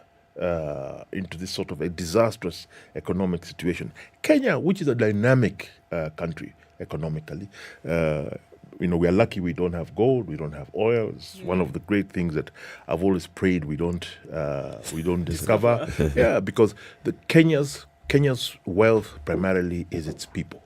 The fact that we have people who are enterprising, energetic, who value their education, but for the first time, we have a generation of young people, the millennials downwards, who are checking out, who will listen to Spice, but won't buy your newspaper.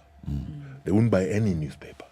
They won't read any newspaper because what is being published there, what is being said there, even by the leaders, simply doesn't resonate with them. So you can have BBI, but the attitude, I think, of many people is, hold on, why are you guys talking about tinkering with the Constitution when we have this giant elephant in the room, which is the very structure of the economy and what is it delivering to the majority of our population, which is impoverished and whose conditions are declining every day. And of course, one can't, rub away the fact that the COVID pandemic intensified and accelerated some of those trends in a manner that we all felt them in a very, very immediate sort of way. I think just thinking about everything that we are saying, John, I am seeing that this election has an issue. The political class, just going back in the last 2 years, has been trying to frame the conversation ahead of this election to be about the Constitution. In fact, the president more than once, twice, thrice has said in national days that we are in a constitutional moment. That was him framing the 2022 transition conversation. Constitution moment, BBI, part of the conversation of what happens in our political dispensation going forward. I think that was the political class trying to shape it. And then the citizens trying to react with that, and those that said yes to the BBI and those that said a loud no to the BBI, and they shaped their own conversation. And this is the economy conversation, which I think is what now the UDA with the deputy president side lapped up, and they saw, all right, people actually want to hear something else. And this is about economic empowerment of the people who are marginalized. The bottom-up approach is about economic empowerment. Raila Odinga saw that as well, and he saw, all right, if I want to have a connection with the people, I also want to talk about economic empowerment and understanding their social needs. That's why the Baba Care issue features. That's why the 6,000 shillings support for the vulnerable also features. So I think we have, on one side, the political push for the Constitution, and which has been shot at so many times from the courts. Now it's basically, I think they have abandoned that. And now the citizen conversation is about the economy. It's about the economy, but it's also about corruption. We cannot pretend because the economy has been growing. When you look at the statistics throughout this period of the deepening impoverishment of the majority of Kenyans, it's not just the marginalized, it's a majority of Kenyans. I'm saying even you, all of us sitting here, have felt it when we go to the university, to the supermarket till. So something else is going on. We are paying also for a climate of rampant corruption that has been normalized. There's a time it wasn't like that. And I think that's what irritates and aggravates people, that we're not talking about it. So, for example, the deputy president side has actually some of their advisors, like my friend David D, who has gone out directly and said, well, actually, if you want to fight corruption, go to another party. Don't come to us. Yeah. You cannot fix an economy if you're not going to try and sort out the corruption, the hemorrhage of the world's 20 most unequal societies. Kenya's now in there. Can I interject, John? So are you essentially saying that then, because it is what is front and center now, the conversation is around this BBI and this ruling, right? Yeah. So are you saying that even the things which the BBI sought to fix in the country, that they cannot adequately be fixed if we do not look at these other issues that are dogging the country? First of all, some of the issues that were the BBI issues that came out of the handshake, like we want to live together in peace and harmony between the different tribes. Why does one winner have to take all kind of thing? I was a bit confused. I don't see why a constitution needs to fix that you and I are able to live together in peace and harmony. So that's a different debate. So a constitutional moment, quote unquote, was created. I think that the more urgent issue confronting us, and as I said, it's been accelerated by COVID, is this combination of the economy and corruption, and what the devastation it has wrought on the incomes and lives of ordinary Kenyans. Just made life unbearable for a majority of citizens. And I think that is the key issue. And I think part of the reason is because one senses a bitterness in the way people are responding to the BBI conversation. Despite not having read the ruling, some of the comments I saw people being made, the voice pops in the streets, were very bitter by people who are celebrating the death of BBI. If they were given a spade, they would have dug the grave themselves to bury it and made it 12 feet deep. And made it 12 feet deep. Let this zombie never rise again. And I think it wasn't so much about BBI. It is about people feeling, listen, you guys are talking about changing the constitution, adding constituencies and all that. Us guys are worried about food. We're worried about the education system. We're about if you have one member of your family that gets cancer, that gets a serious case of COVID that has to go into a ventilator, you're done. Yeah. That's a reality. I think those are the harsh realities that Kenyans face and are responding to. And I think BBI, even with some of the good that it had in it, has been pummeled by Kenyans, because Kenyans are living in this rather desperate situation of a declining shilling.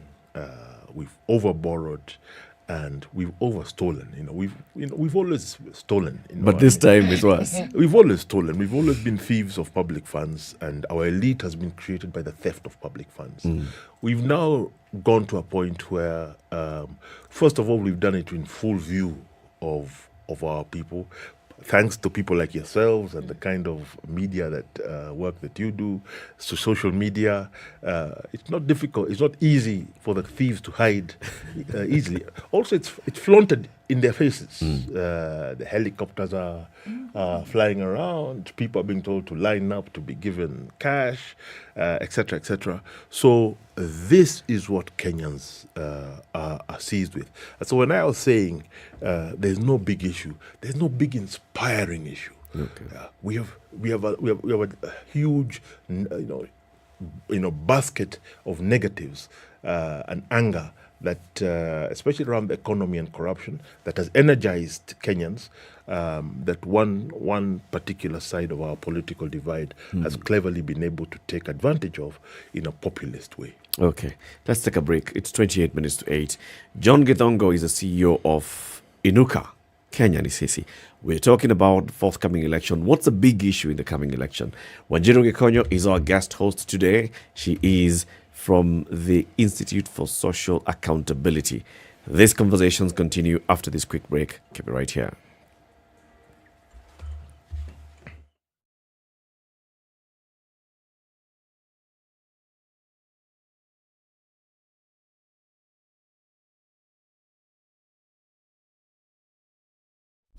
Classic soul, R&B, smooth jazz, neo soul, and nostalgic ballads. Make some noise. Yeah. You're listening to Spice FM. The only way to live your best life is to create a balance between work, love, and play. Smoking shisha and releasing things on your smoke like a Subaru. Right. You understand what I'm saying? Yes. And you want God to give you a man who has a mission and a vision.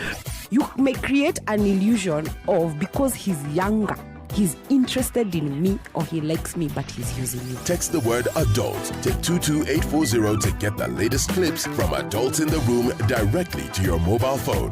SMS adults to 22840. The Adults in the Room.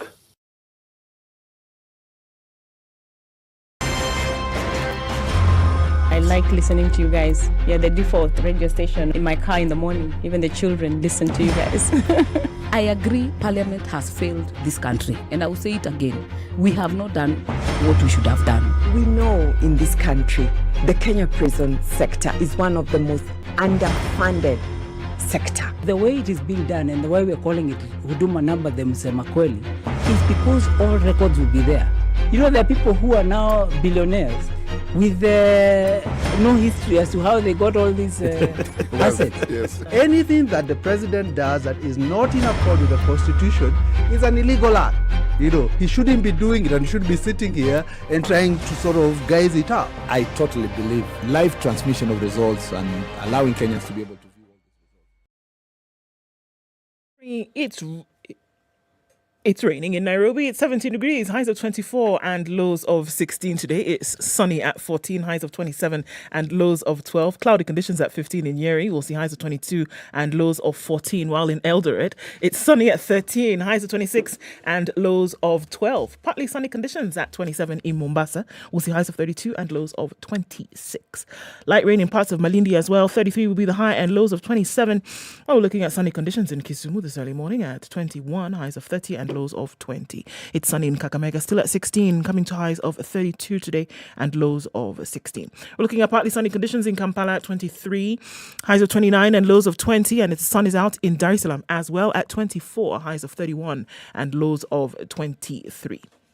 At 14 degrees, Johannesburg is sunny, highs of 24, and we'll see highs of 33 in a mostly clear Lagos, currently at 28, and it's 25 and mostly clear in Kinshasa. We'll go to highs of 33 and lows of 24.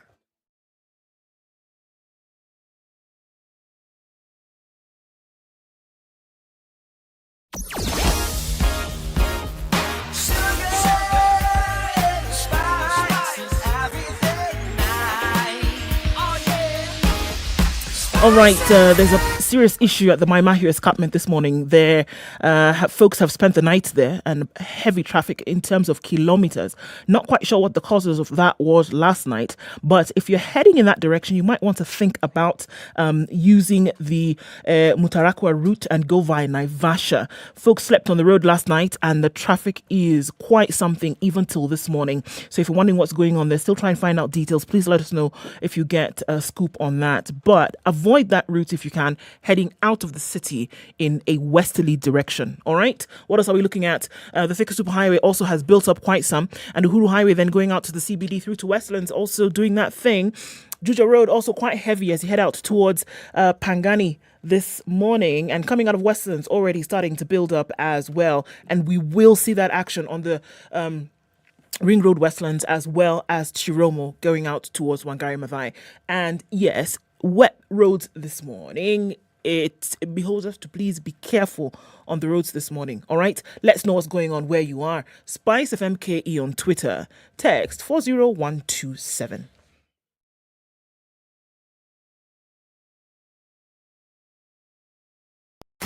Are you ready? Okay. Spice FM. Mature, intelligent talk every morning. Spice up yourself.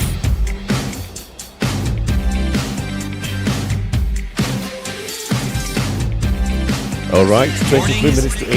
This conversation is continuing. 94.4 Spice FM. Okoh, Wanjiru Gikonyo, and our guest is John Githongo. He is the CEO of Inuka, Kenya Nisisi. We are talking about the next general election. What's it about, Wanjiru? Well, the question I had, because I think the issue is the economy, whether it's been framed or not, is another matter. But the article, first ever election about nothing, it brings out the 30% who are undecided. And John, you seem to think that this is very unusual, this close to the election. What can we read into that, this ambivalence? I mean, what I did was actually, I was struck that in the latest opinion poll by TIFA Research, 30% of Kenyans were undecided. Despite this being, on the face of it, a fairly polarized situation. We have on the one side the UDA, bottoms up, wheelbarrow, hustler narrative, and then we have the Azimio group on the other side. So we have two huge political formations. This it's not usual this early before an election. Yeah, that all the others have been pushed to the sidelines, and we have two elephants about to go at each other. So that kind of thing usually happens much closer to an election. There are constitutional reasons for that. But then when we looked at the different opinion polls, you look at 92, 97, 2007, looking at all the polls, the number of undecideds, people who say that, I haven't yet made up my mind. Yeah. I'm waiting to read the manifesto. All those kind of excuses. To the pollsters, never reach 10%. Between 3 and 8% in all these polls. Now we have 30. Yeah, if you add, and that includes, there's a small part of that includes people who said, I don't want to say, I don't want to respond. I said, why are people checking out? Why have people checked out, as of now at least, of this process? Why isn't this process, despite it, on the face of it being so defining, because we have these two large political formations that are, distinct in their own ways. One of them has got a clear populist narrative that it is selling around the country. The other one brings together a large number of influential politicians from around the country, but still a large group of Kenyans, especially young Kenyans between the ages of 18 and 24, who are just feeling, listen, they're uninspired. This really doesn't move me at all. And that's when I started saying, when people are not moved by something, there's nothing there to move them. They have to be. You have to be moved for or against something, preferably for. I always like the one where people feel that they're inspired, that a change is coming. We're going to contribute to it. The country is going to be a better place after this. But we've lost that, and we're going into this election with a right now a third of our electorate that really doesn't feel this thing is going to make much of a difference, and really haven't made up their mind. And that, for me, was sort of, I asked some of the experts, I called up, I said, listen, is this usual? No. And I think for me, that's when I started exploring the fact that Kenyans are smart people, and Kenyans, like all Africans, it's the youngest continent in the world, have been getting smarter and smarter over the past decades. It's 60 years now. People are educated. You talk to your newspaper seller, your newspaper seller will break it down for you pretty well between this party and that party. It's no longer what it was, say, in the 60s, 70s, and 80s. And people feel, actually, there's nothing to choose between these, these guys. They're all the same. They don't really believe this hustler narrative. It doesn't feel authentic. It doesn't feel genuine.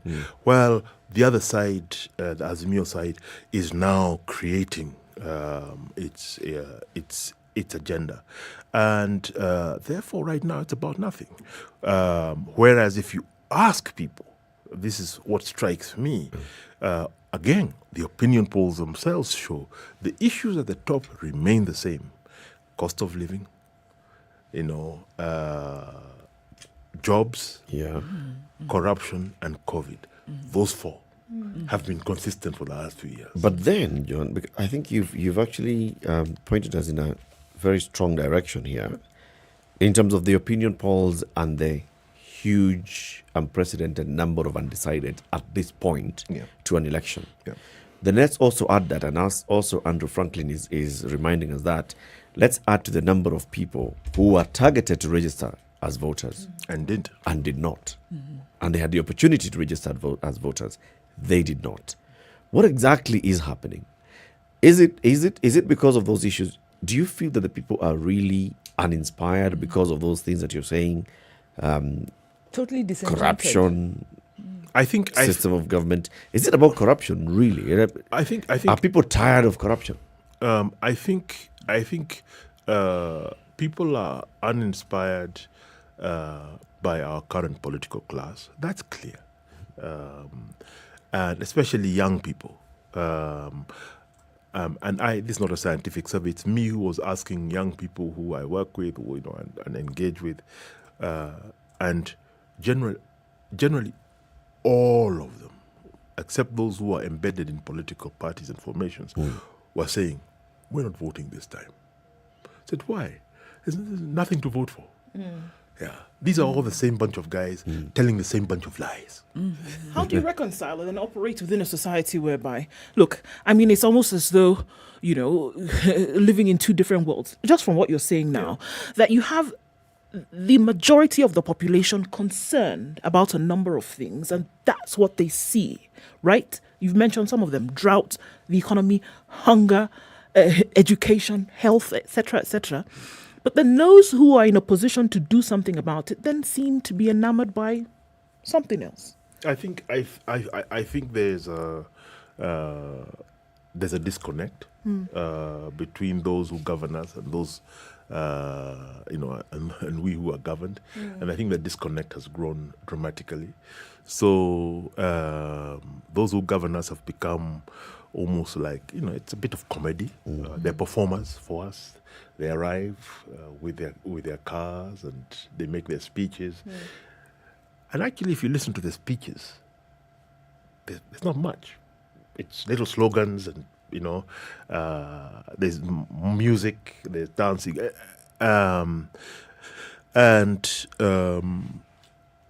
What we should be speaking to, in my strong opinion, and I saw this in 2002, where we had an election campaign that was driven around the issue of corruption.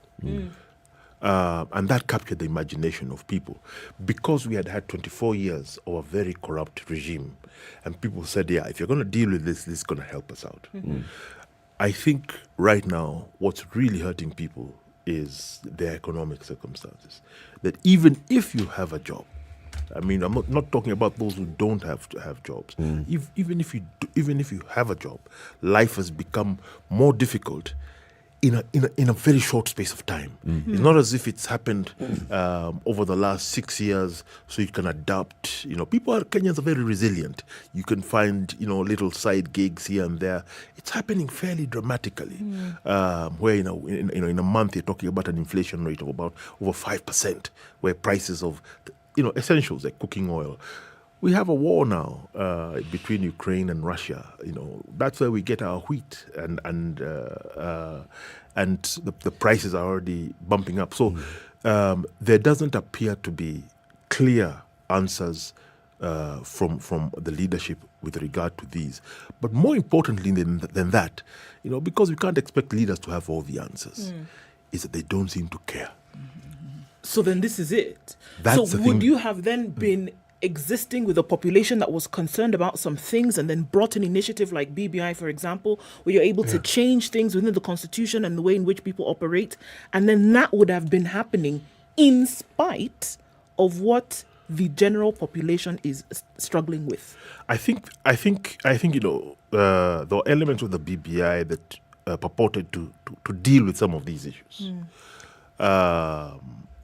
However, it was presented in a way, and first of all, people didn't understand it. What are we doing? Yes. Why do you actually need to change the Constitution to do some of this stuff? Just go out and do it. If you can shake hands in front of Harambe House and make a deal like that, just get together and do some stuff. Get things done. Yeah. The best stuff doesn't really require you to be instructed by a judge to implement this or that. We're one of the most overregulated societies in East Africa now. You drive out of between your offices here in Nairobi, how many agencies? I'm sure if I'll go into an office in this building, and the entire wall is full of licenses for different regulatory bodies. This idea that we can solve some of our political and social problems through the law is a mistake. It's a mistake. The fact that if we tweak the Constitution here, things will be okay. No. It takes leadership, it takes will. It takes people just deciding, listen, we're going to fix this thing, this bridge across. The simple things that people do. The bridge has collapsed, so you and I decide, Ebu, you pick up that piece of wood, I'll hold one side, you hold the other side. We start putting it together.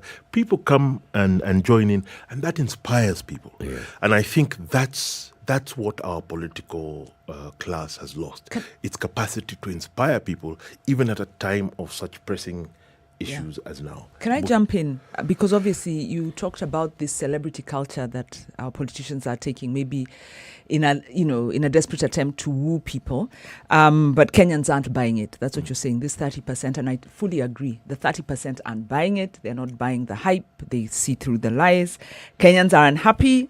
119 out of 146 countries in the world, 28th most unhappy people.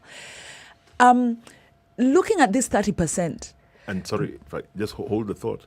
In 2003, January, Gallup found Kenyans were the most optimistic people on the planet. They do that poll every year. Sorry. Right. And this is where we are now.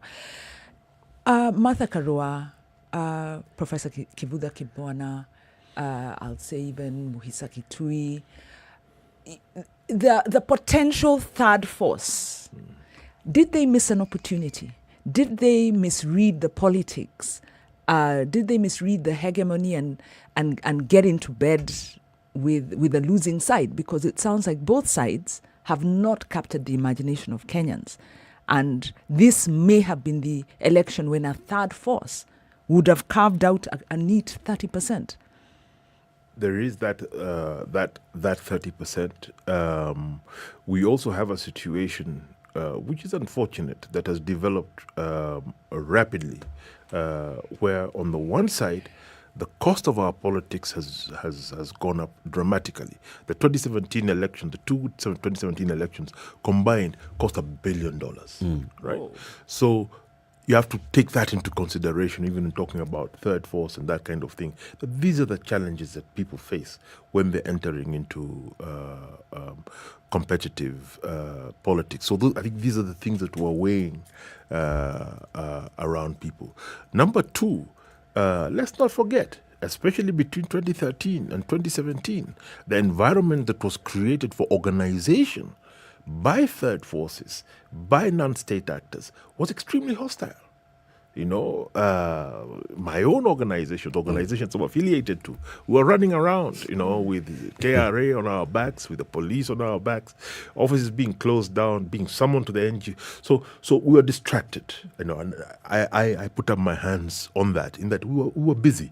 We were kept busy, huge amount of propaganda against us. We were the evil society, you remember, yeah? Yep. So coping with all of that, this has been the most hostile regime to anybody except itself in our history. Even more, the Moi era was easier for us to function in, especially from around 1996. It became a lot more easier to function.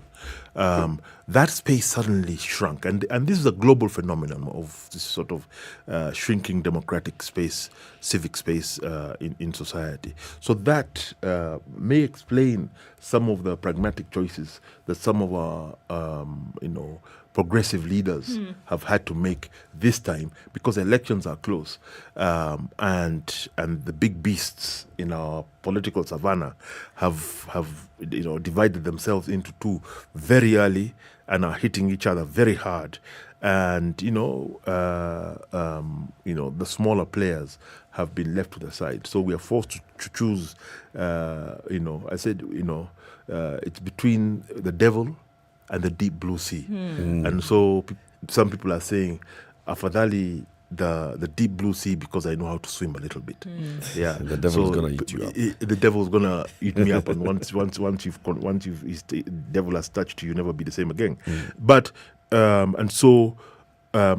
may also explain the 30%, in that there are no choices. John, someone is asking, and this is Tony who's asking this question: is it possible that John and part of civil society have lacked an entry point, hence statements such as this one on unavailability of real core issues? Because previously, the candidate that the civil society has joined hands with has sold out, and now they can't reconcile with joining a stranger on the other side, the devil and the deep blue sea. Previously, you've seen the civil society has aligned with a side. And this time, there's no clear opposition. And the civil society is left now wondering, so where do we belong? And because we don't belong anywhere, then this election is about nothing. I mean, it's been one of the big debates within part of civil society. Many of the changes that we've enjoyed in Kenya over the last 30 years have been brought about by coalition. a coalition of opposition, the churches, the religious sector, the international community, these ambassadors making statements and that kind of thing, NGOs, and the media, yourselves. Those were the partners that were a sort of loose coalition, so that even when an NGO held a big press conference, Spice would cover it. And that helped to bring change in our society, and that has now changed. So, of the different actors, yes, choices being faced by civil society are very, very difficult. Where they say, okay, listen, there's no one to choose between. From where I stand, I speak for myself, not for Inuka Nisisi at all. Raila Odinga, who did the handshake with Uhuru Kenyatta, which sort of surprised all of us. But that was the political deal they made. Raila Odinga has traditionally been the person that one of the people that civil society allied with to support us in Parliament when we were under pressure on issues of we have bodies coming down the Yala River now. When we didn't have anywhere, when we wanted to lobby. Raila was one of the people we could go to on the Constitution, on devolution, on human rights, on corruption, and so I would like to think that Raila still has that bit of him inside him that is true to the legacy of not only himself but of his father. To be able to stand for the issues that you speak as if you're beholden to the powers that have put him there, because much as we said Uhuru Kenyatta had some good ideas, we knew he was beholden to the family's interest, to the political machinery that put him there. Is that machinery not stronger than Raila? I think we're going to see now. I am one of those who has chosen to give him as an individual the benefit of the doubt for now, because I have seen him. I've worked with him before, and where I've reached out to him and said, listen, this law that they're about to pass is going to mean A, B, C, D, and I've actually seen MPs stand up in Parliament and actually stop things from happening, or where horrible things are being done to people in marginalized part of the country, and you want some visibility and some noise to be made about them in Parliament, or he's been able to bring those things to the front. He's entered into a partnership that makes a lot of his friends in civil society extremely uncomfortable. And that's the nature of the politics that we have now. And again, adds to explaining that 30%. I think that perhaps if that partnership had not been there, that 30% would be a lower figure. But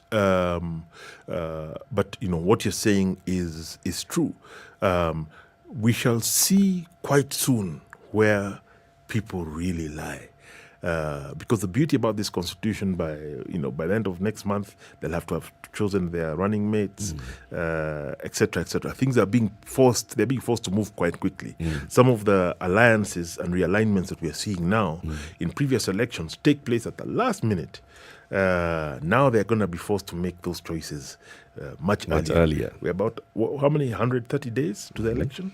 It's just around the corner. John, thank you very much for joining us today. In 30 seconds, what is it that you need to see so that you can get people re-energized ahead of the election? I think what would really re-energize Kenyans is an agenda that deals in an authentic, believable way with two things. Just I won't call it the economy, I'll just call it livelihood, just people's ability to survive, people's ability to feel that my life next year will be better than this year.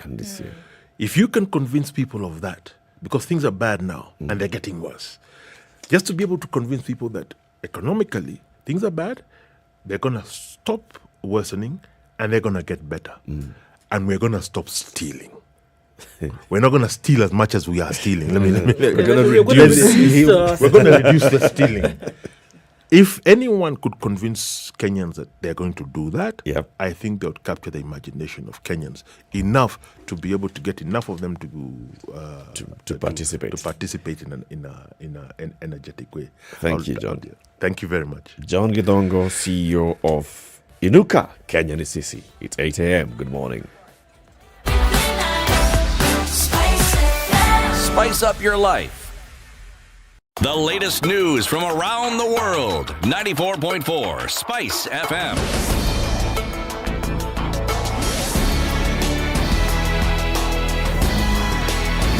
This is Newswire. Dennis Aseto.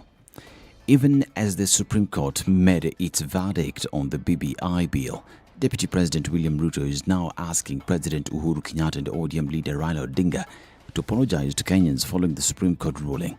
Speaking in a campaign tour in Lamu County, Ruto tore apart his political rivals, saying that God had answered the prayers of Kenyans by dismantling the BBI. According to the Deputy President, who has been at the forefront of criticizing the initiative, the proponents of the BBI wasted Kenyans' time trying to popularize the unpopular agenda and should therefore apologize to Kenyans. And Homa Bay gubernatorial aspirant Evans Kidero has rejected the endorsement of woman Representative Gladys Wanga as the ODM party candidate for the county's top seat in the August polls. Kidero says he was unaware of a meeting in Nairobi where 7 party aspirants are said to have resolved to step down and back Wanga's candidature. Kidero argues that the move was a violation of the electorate's right to choose a candidate for themselves. And the Ministry of Health has come out to clarify that it has not outlawed the use of feeding bottles as previously reported by sections of the media. This comes just 2 months before Kenya enacts the breast milk substitutes bill of breast milk substitutes. According to the ministry, the purpose of the aforementioned act, which will take effect on May 30th, is to provide for appropriate marketing and distribution of breast milk and designated products and not to ban the use of feeding bottles. A suspect who vandalized materials used for the ongoing construction of the Nairobi Expressway has been arrested by police officers based at Embakasi Police Station. According to Director of Criminal Investigations, the suspect Richard Misoka was arrested in possession of the vandalized materials used for the construction of the critical national infrastructure that is nearing completion.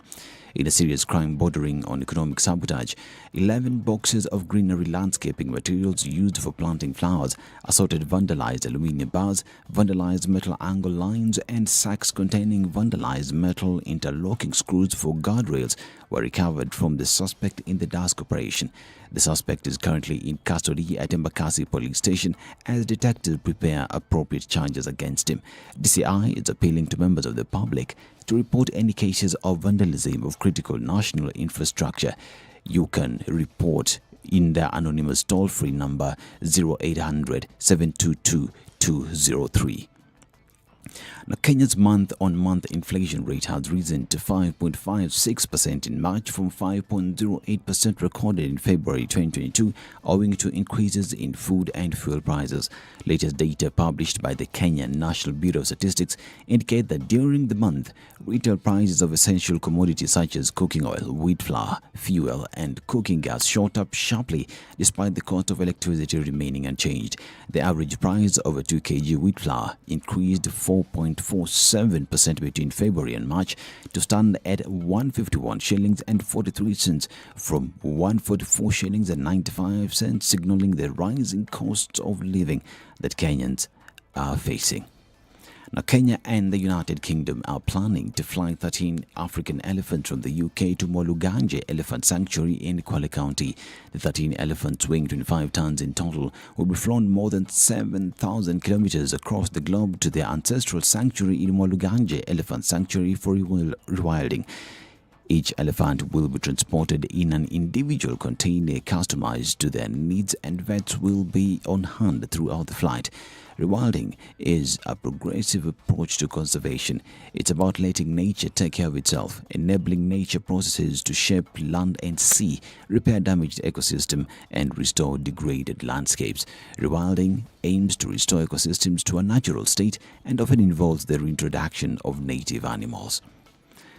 The United Nations now says the refugee exodus from Ukraine is a massive humanitarian crisis that is growing by the second after another 40,000 fled the country in 24 hours.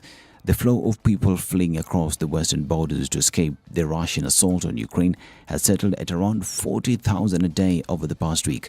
UNHCR says 4,059,105 Ukrainians had fled across the country's borders since February 24th invasion, a figure up 39,818, which saw the 4 million mark surpassed. Women and children account for 90% of those who have fled. Half of those are children. Ukrainian men aged 18 to 60 are eligible for military call-up and cannot leave. This is Newswire. I'm Dennis Assetto. Good morning.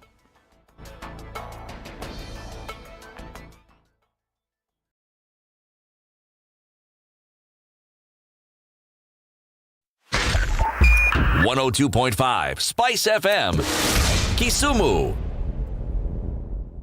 All right, with the rains in some parts of the city, it's probably going to have a clog up of traffic, and we're already seeing that. Certain parts of Westlands coming out then towards Chiromo, taking us on to Wangari Maathai Way, and that looks pretty messy. It's also looking pretty messy on Jogo Road today, bumper to bumper, just past the Makadara train station, and that is going to take us out for some time. Gong Road also, then getting into the city, is slowed down, but where the major action is this morning is on the Thika Superhighway, and we're going past that outer ring junction, heading in the direction of Thika, and it's going to be some time for we're out of that. Let's move out of the city and look at what's still going on in that Maimahu area. At the escarpment, kilometers of traffic that started late last night and still an issue this morning. Not quite sure what is causing that, but if you are leaving Nairobi and using that as your option, you might want to think about it and use another route to get out in that direction. All right, still taking details. Talk to us on SpiceFM KE on Twitter. Text 40127. Let's keep things moving this morning.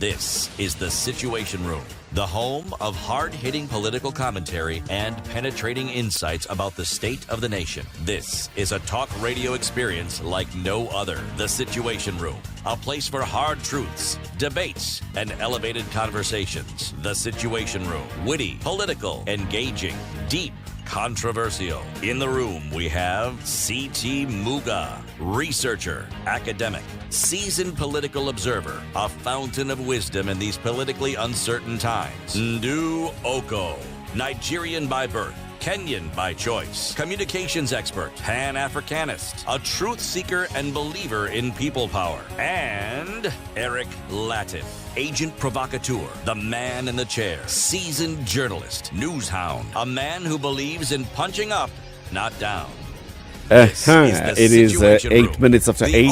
Good morning to you. How are you doing? Happy April. It's here. You thought second quarter of the year is not going to begin? It begins now. It's the first day of April 2022, Kenya's biggest conversation. In the room with you is Eric and Ndu, no CT today, but Wanjiroge Konyo is here. She's our guest host today. She's from the Institute for Social Accountability, the trenches of civil society, and very many other places. We have two more guests that join us because we want to talk about the BBI ruling, BBI judgment that came out of the courts yesterday. But before that, the proverb. It's from Namibia. If you want to give God a good laugh, tell him of your future plans. If you want to give God a good laugh, tell him of your future plans. Valid, isn't it? Yeah, very valid. Tell CT there is minimum contestation to your proverbs. Where is CT? So he can know. that we have missed his proverbs that give us something to talk about. Yeah. This one is just straightforward. You're telling us what we already know. Bas, I like you already, Dudley. Hey, that one. That one who has interpreted that way is a litigation and research counsel, good lawyer Dudley Ochieng, who joins us in the studio. Good morning, Dudley. Morning. Good to have you on the show. I've waited for so long to be here. Here is your moment. Thank you. And you came on April Fool's Day. That's a good one, Eric. And then our other guest is Mark Bichachi. He's back. He's a political analyst. He's been here before. Mark, good to have you again on the show. You'll be shocked that it's my birthday. For real? No, for real. Like if Cici were here, he would sing. For real. I was born on April Fool's Day. And so you keep getting asked, for real? Yes. Unataka nini sasa? Imagine. Okay. Gentlemen, thank you very much for joining us. We want to talk about what happened at the Supreme Court yesterday. Big moments that came. So, petitions filed by several people, and this included the Attorney General, of course, the IEBC, and Mr. Morara, and the Supreme Court judges. Each of them had the opportunity to express themselves on the 7 issues that had been decided that these are the issues before us. And each said what they thought. And then in the end, the Chief Justice came and told us, so this court determines so as follows. Appeal is allowed on issue number 1, and the issue number 1 is whether we have the doctrine of basic structure applicable in Kenya. 6 of the 7 judges said basic structure is not applicable in Kenya. Only Justice Mohammed Ibrahim dissented. Second issue. Can the president initiate constitutional amendments, changes through the popular initiative and the current status of the constitution? 6 of the 7 judges said the president cannot initiate a popular initiative to amend this constitution.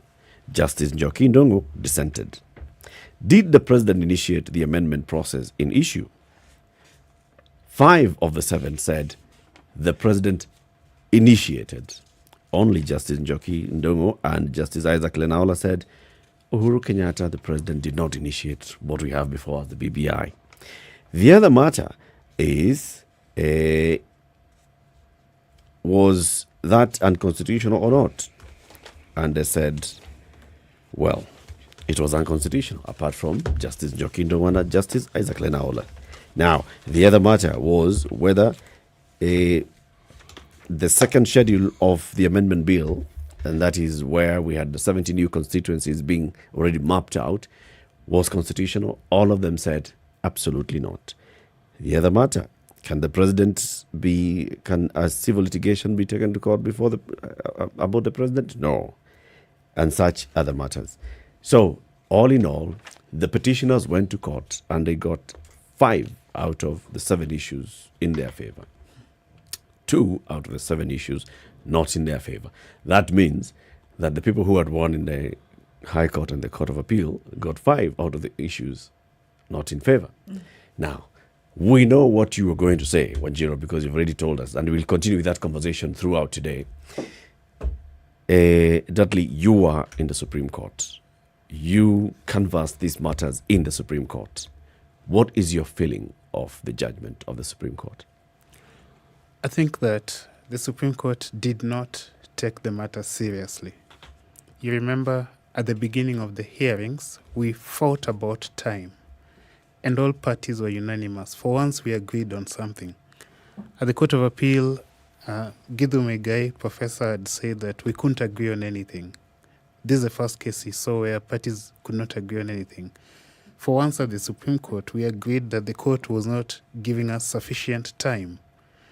And it locked out several parties, law professors, who could have assisted it to understand this issue. And surprisingly, it arrived at the wrong conclusion, the wrong outcome, because it missed out on the assistance it would have got. So the result did not shock me much. Some bits shocked me. For example, the Supreme Court getting into factual inquiries on a second appeal. A second appeal is about the law. What is the law on this issue? It's not about who, when, where, how, and whatever happened, because those are settled by the concurrent findings of two courts. So for the Supreme Court to reopen that factual inquiry on a second appeal when there's no other level you can appeal to where the court is wrong, I think the two judges were wrong on facts, and they were not supposed to go there, yet they did. So, but the other bit about the president not initiating popular initiative, I think the majority got that right. I think also Justice Ibrahim got the issue about the basic structure doctrine applying or not applying right. And I think he gets it because he's lived it. He was a second liberation hero. He knows what it means to have a constitution which can be amended as long as you get the numbers and follow the procedure to say, for example, that the president can detain you without trial, that you can be tortured and you have nowhere to go to, that the judiciary can have its independence taken away, or that the counties can be deleted so long as you follow the procedure and you have the numbers. And the Supreme Court set a question that it would have asked under sub-issue 1, the issue of what is the meaning of constituent power. Only Justice Ibrahim answers that question. No one else touches it. What did he say? He says that the constituent power is the power to make the constitution. Only interrogates that. Because there's a difference between making the constitution and amending it, resulting in a new one. Justice Lenaola says there's no difference, yet there is. If you amend the constitution today to make Kenya a monarchy, that is more than an amendment. It's a new constitution. An amendment is something like saying that Kiswahili would now be an official language. It's light. It doesn't go into the depths of the constitution. So there's definitely a difference. The difference is the fundamental changes, the change to the structure of Kenya as from parliamentary, a constitutional democracy to a monarchy, would require you to touch another power, the constituent power, the constitution-making power, in short. But didn't they argue and say that what basically was before them was the issue of doctrine? And they said that this doctrine is not even universally accepted. I'll read what Justice Martha Koome said yesterday. She said the basic structure doctrine has not matured into a universal norm of constitutionalism. She cited Bangladesh as among the countries that had adopted the basic structure doctrine. South Africa, TZ, Uganda have rejected it. And she said, looking at the history, it's clear to me that Kenyans sought to achieve rigidity and flexibility. Kenyans did not want to shift from extremes of hyper amendments into ultra rigidity. Same thing was said by Justice William Okoh as well. Similar argument being said, we do not want to have ultra rigidity, to run away from flimsical amendments to the Constitution. Well, the argument that the majority make, that had Kenyans intended to, they would have written it down, is an argument that does not make a lot of sense, because the Supreme Court itself has said that there are so many reasons why what Kenyans intended might not find its way into the Constitution, into the text, saying that the framers' hands might not mine the minds of Kenyan people, because the Constitution is a document of political compromise. So you may agree on something, but then it doesn't end up in the text. They said that in the Speaker of the Senate case, the Supreme Court itself. I don't know how they forget that. And now they say that if it is not expressly written in the Constitution, it is not there. The word bicameralism is not written anywhere in the Constitution. Yet we know that Kenya is bicameral. That's a principle of governance. The words separation of powers do not appear anywhere in the text of the Constitution. Yet we know that we have a tripartite system of government divided into three: judiciary, legislature, executive, and the principle operates. So that textual argument, similar to the one Justice Sichale makes at the Court of Appeal, is a wrong point to start. Further, the doctrine, the basic structure doctrine, is an implied limitation. It is not written anywhere. It is not an express limitation. It simply says that when you're using the amendment power, which is the secondary power, then you can only go this far. You can make amendments, but you cannot create a new constitution, because the amendment power is not the power to alter the constitution in fundamental ways. If you want to alter it in fundamental ways, you go to the people. That's a power that's reserved for the people. Dudley, in whose hands does the amendment power lie? Because there's a lot of folks are looking for a lot of interpretation of a lot of what was said yesterday. Basic doctrine being one that confuses a lot. Now, you've spoken about the power to amend. In whose hands does that lie? It lies in two places. First, the people can delegate it to Parliament or to the people acting in a referendum. That's called a constituted organ. People in Parliament or people in the referendum. But when they want to alter the constitution, touch its roots, they go back to the Constituent Assembly. That's where they act, they exercise the constituent power, the constitution-making power in a Constituent Assembly. I have so many questions because, number one, what is a Constituent Assembly? Who decides that this is a Constituent Assembly? Who are the members of a Constituent Assembly? How do I become a member of the Constituent Assembly? You see, the thing about this basic doctrine structure is it is quite disingenuous to tell the story without telling the story of what happened in India. Because this doctrine started in India, and it started with a Chief Justice who had political ambitions and used the power of the judiciary to manipulate a political process. And this is the separation of powers that we must understand here.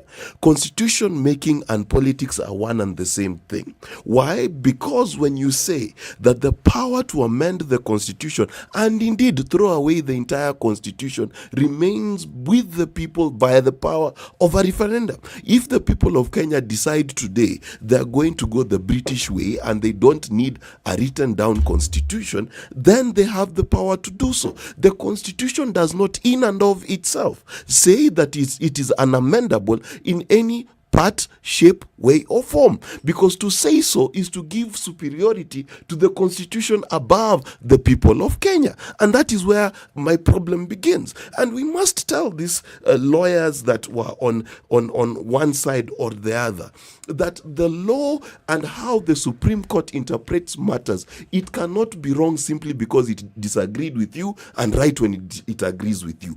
Because the ruling is significant.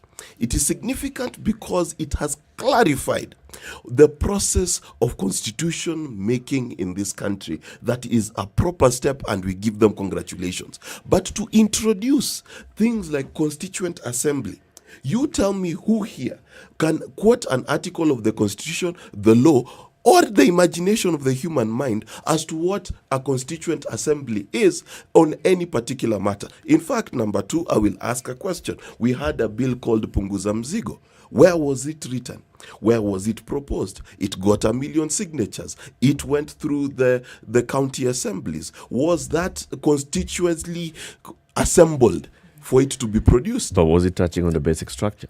But you see, that's the point. There is no such thing as a basic structure. And that is why we've got to agree with the Supreme Court. Let me ask a question. If today machines became sentient, and we wanted to say that sentient machines have equal rights to human rights, all right? And we say the Bill of Rights is part of the basic structure, would we not add them?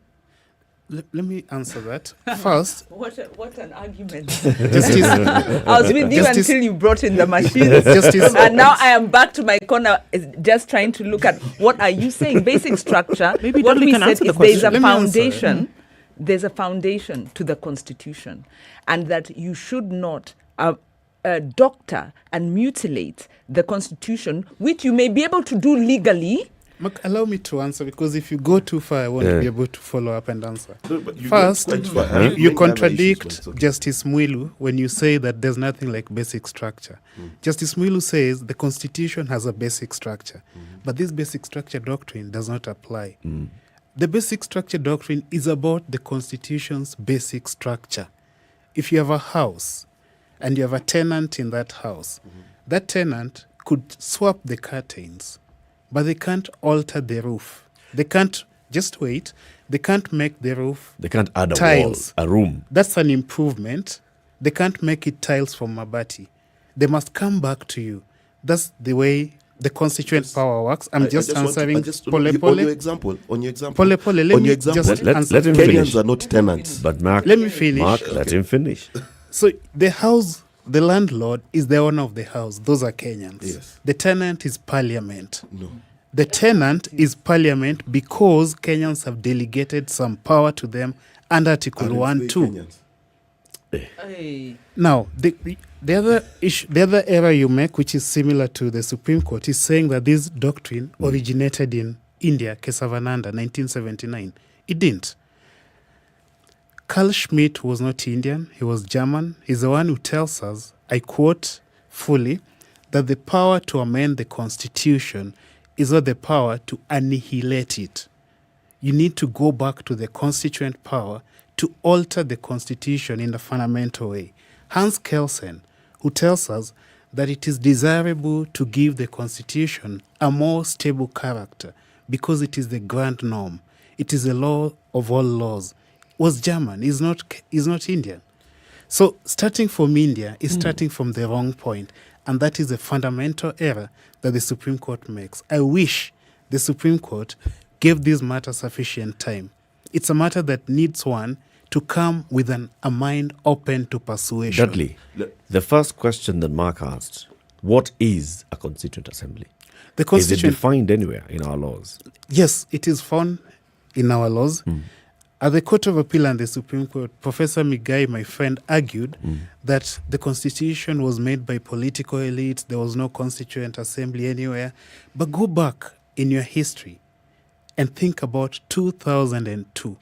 Didn't we have the district assemblies? Didn't we have the National Assembly at Bomas?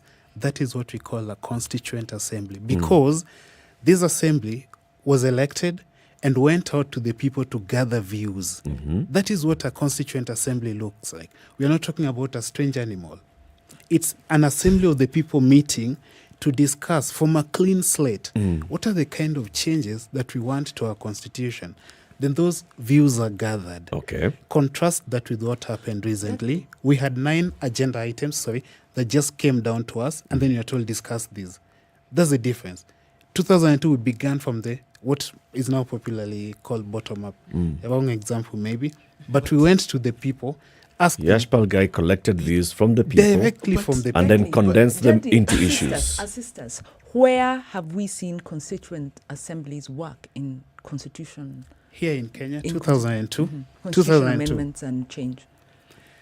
Now, that's where the main point the Supreme Court missed, that amendment can only go so far. It's a secondary power. You cannot use that power to alter the Constitution, because that's a mistake we've made as this country.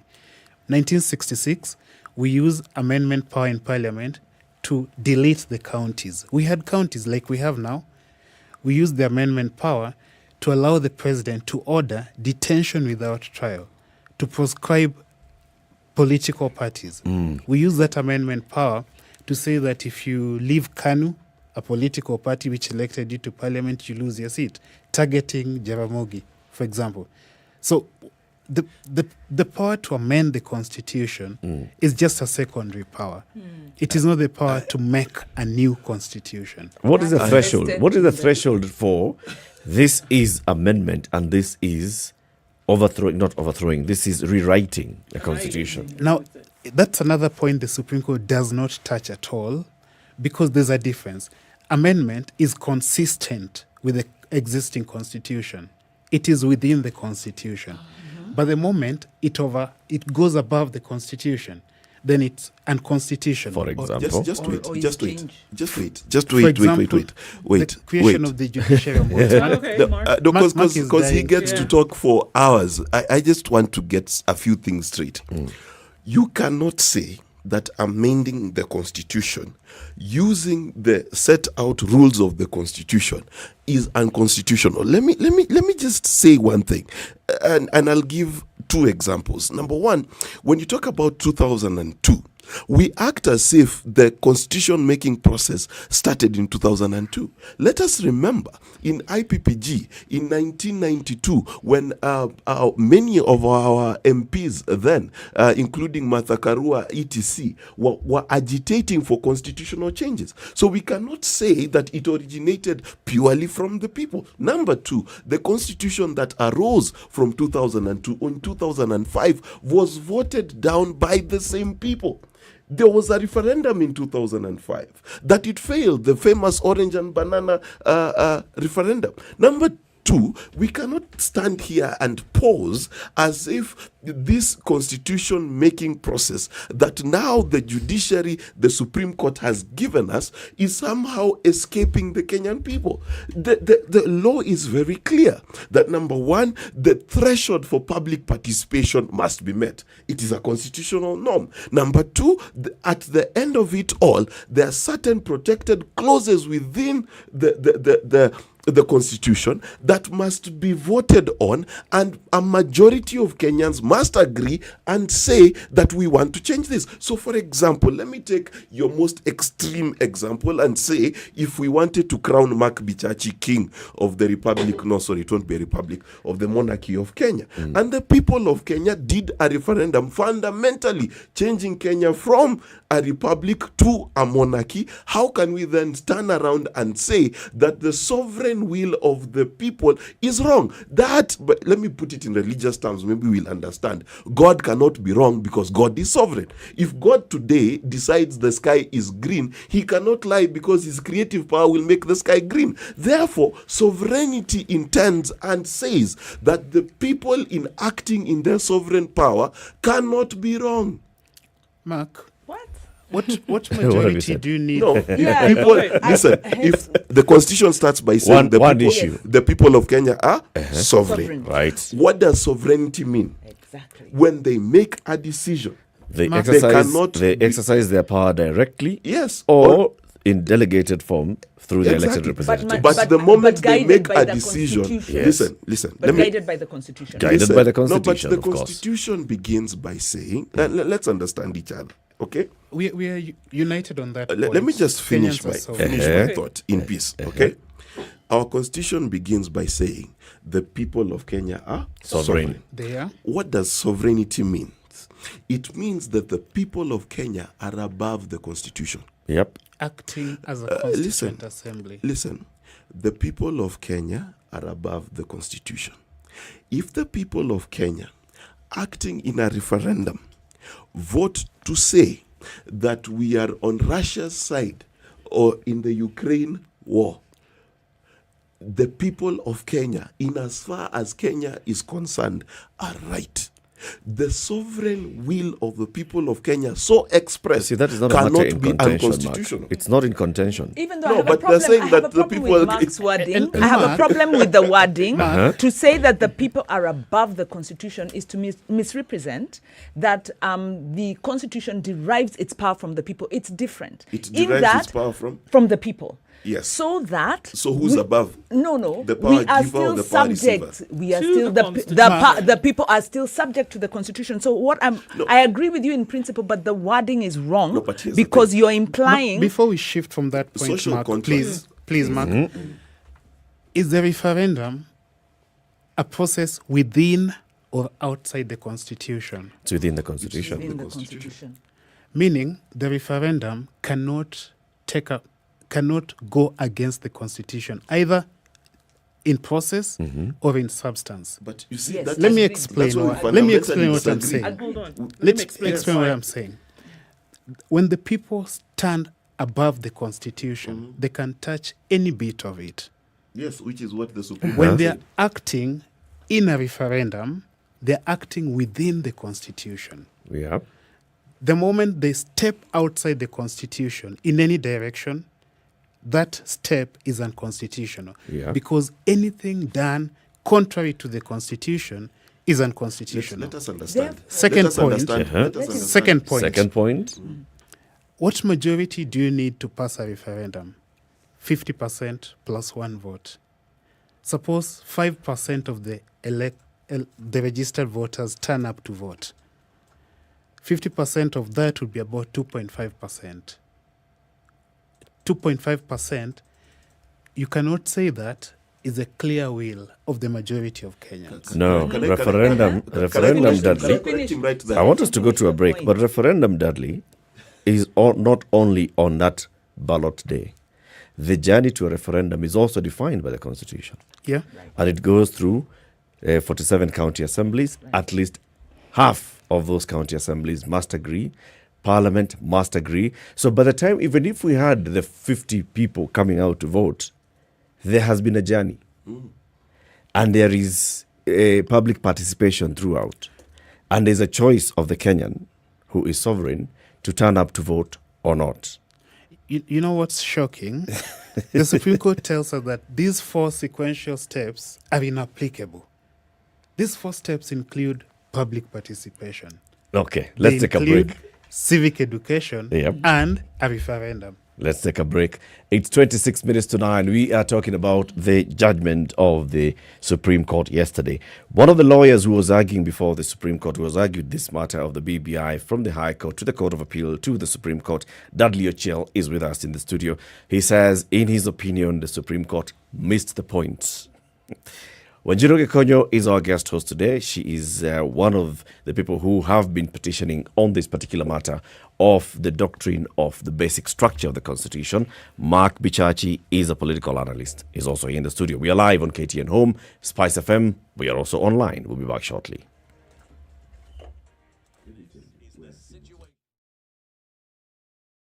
This is the Situation Room, the only way to start your day.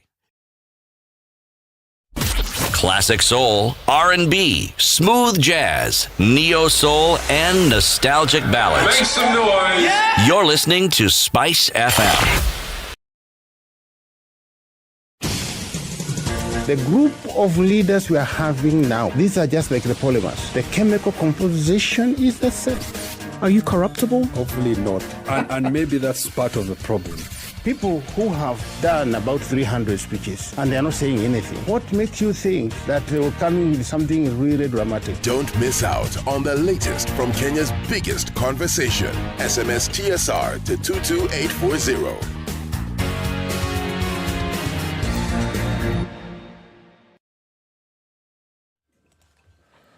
All right, sun's coming up in Nairobi. We'll see highs of 24 today and lows of 16. At 17 degrees, Nakuru is sunny. Highs of 27 and lows of 12. We'll see lows of 14 in a rainy Nyeri at 16. Highs of 22.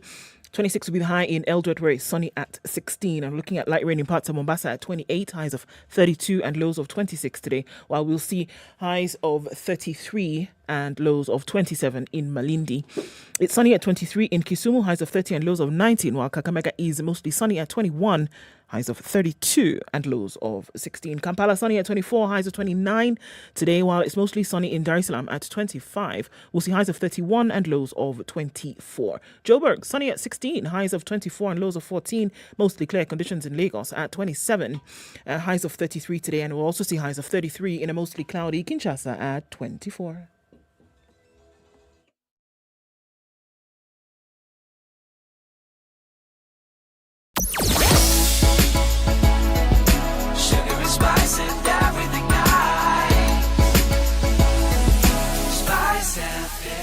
Still continues on Mombasa Road this morning, and we're looking at in and outbound traffic spilling over to the North Airport Road and then out towards the Eastern Bypass on one side and Outer Ring on the other.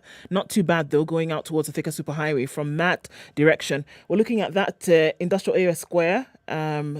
Looking at some traffic there coming out mostly on Jogo Road.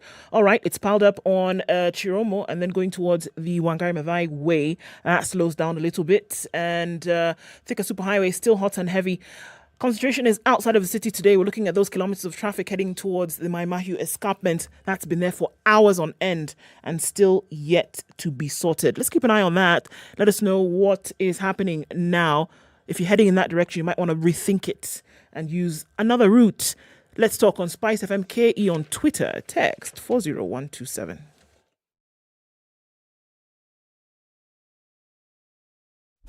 Classic soul, R&B, smooth jazz, neo soul, and nostalgic ballads. Make some noise. Yeah. You're listening to Spice FM. Mature, intelligent talk every morning. Spice up yourself.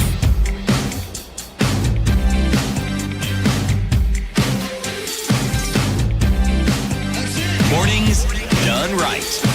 94.4 It's 22 Spice minutes FM, to Nairobi. 21 minutes to the top of the hour. Our guests are still here. Dudley Ochieng, who's a lawyer. He's a litigation and research counsel. He's one of the lawyers who was appearing before the Supreme Court on this particular BBI matter. Mark Bichachi, political analyst. Wajiru Gikonyo, our guest host. One of the petitioners in the matter of BBI on the basic structure doctrine. And of course, your regular hosts, Okoh and Eric Latiff. So, as we were going to this break, it was about the whole issue of understanding what is operating within the Constitution and what's operating outside the realms of the Constitution. Can you allow me to speak? Because Yes. I haven't spoken. Speak. And I'll repeat what I said earlier, which is we have seen the color of the president. First of all, the Supreme Court is a political court in that, unlike the lower courts, it has considerations. It's likely to be influenced by the considerations of the present day, or in this case, the present administration. And the point I made is here. Control of the judiciary is very important, whether it's America or Kenya, because you want people who subscribe to your philosophy. So the philosophy that we have seen from this judgment is a conservative one. Number one, they did not adopt progressive jurisprudence on the basic doctrine. Number two, on the public participation and the Constituent Assembly, they did not consider how the people are going to exercise their power, and in that way they've given us again a lower standard. And so I put it to you, as I did before, that this court has walked a tightrope, and in so doing they have shown that our days of progressive rulings, of a properly activist Supreme Court, as it should be, because we have an activist constitution, that those days are over. So we need to reorganize ourselves and figure out how far are we likely to go on this. It's interesting that you say that, Wanjiru, because if you're saying that now these decisions were made as a result of, political swaying, right? Dudley had political said ideology, perhaps. Dudley had said some of these judgments were made, and it was clear that there was a lack of proper knowledge or understanding of some of these ideologies. So here we are saying the possibility of two things having happened here. Would you say, you said that you had suggested, can we offer you, as the court, some who would be able to decipher some of these meanings before you then go and make your judgment? Do you then see that the result of what we've seen yesterday was that there was lack of understanding on one side, or that there was a desire to be politically comfortable? I would think it's a lack of understanding of what the basic structure doctrine is all about. Justice Ibrahim gets it. He completely gets it. And I said that there's a question the court set, which only Justice Ibrahim answers. The court sets its own question, that what is a constituent power? Then they leave that question unanswered. Justice Ibrahim, who bothers to answer that question, gets what the entire concept is about. It's just that there's a differentiation of powers. And that we've been told that even from Peru recently, October last year, although the Supreme Court sways both ways about relying on foreign cases. When it's suitable, it relies heavily on foreign cases. When it's unsuitable on the basic structure doctrine, it tells us don't rely on foreign cases, let us exhaust our own. And then at the end, the CJ says that she hopes that Kenyan jurisprudence will be exported to other countries. So contradictory. Constitutional borrowing is a reality. So that you borrow concepts from other countries and see if they apply to Kenya or not. There are two things that have been passively said here that we need to correct. Number one, activism and an activist constitution. Number one, there is nothing wrong with having different philosophies to life. And this is something that we must embrace. Number two, this idea almost where we want to say that the judges do not have the benefit of the superior brains that were on the other side of the bench is not true. A Supreme Court judge is not uninformed. There is sit with the professionals. They have entire staff who actually go through those readings and share those readings. So let us not devalue the value of our Supreme Court simply because they do not lean towards our philosophical persuasions. Any social contract so written by a people, whether it is between two people sharing a mango, as Nietzsche first philosophized, or it is the Kenyan people, they remain sovereign to that contract. The contract may say these are the rules of engagement before you change the contract, but the contract will never be superior to the people. And that's what the judges are saying. And a majority of judges have said so. Now, Judge Ibrahim totally gets you, but where did he get you from? Because also you didn't present to him. He had to study. That means that he studied and agreed with you, and the others studied and didn't agree with you. And there's nothing wrong with that. What we need to tell Kenyans moving forward, because it's a pragmatic approach, is for them to understand that we now have a clear path to constitution making. Number one, there must be public participation. Number two, the president cannot start a popular initiative. Number three, you can't sue the president willy-nilly. Number four, once a referendum is done, the people of Kenya, through the process of referendum, constitutionally written, can change whatever part of the constitution. And I say congratulations to the people of Kenya, because I trust their intelligence, I trust their capacity to choose, and I trust their capacity to know what is good for them. Because I do not think we need to put Kenya in diapers such that we have safety locked the entire constitution, that Kenyans cannot touch this, cannot touch that. And then who are we to determine to Kenyans what they can or can't touch, especially since they are above 18, allowed to drink alcohol, allowed to marry, and allowed to choose a spouse and a president. They can surely choose their constitution. I think, Mark, you're even going beyond and in the process muddying the issues. And much as you say that the judges were informed, nobody has disputed that. But I want to put it, no one has disputed that. There is information and facts that were not taken into consideration in making the judgment. That's an objective issue. But when the way you phrase that, you forget all systems are founded on an ideology, including apartheid, including colonialism. There were laws, there were advisors, and there were arguments. And some of those arguments, if you missed the political nuance, you'd actually have thought it's for the better of the people. So let us be very clear. What are we doing with our Constitution of Kenya and our activism? We are seeking to dismantle our colonial institutions. And what we are saying is that by rejecting the doctrine of the philosophy of basic doctrine, by rejecting to institutionalize the citizen assembly, the court has failed to take us forward. We work on public participation at the local level.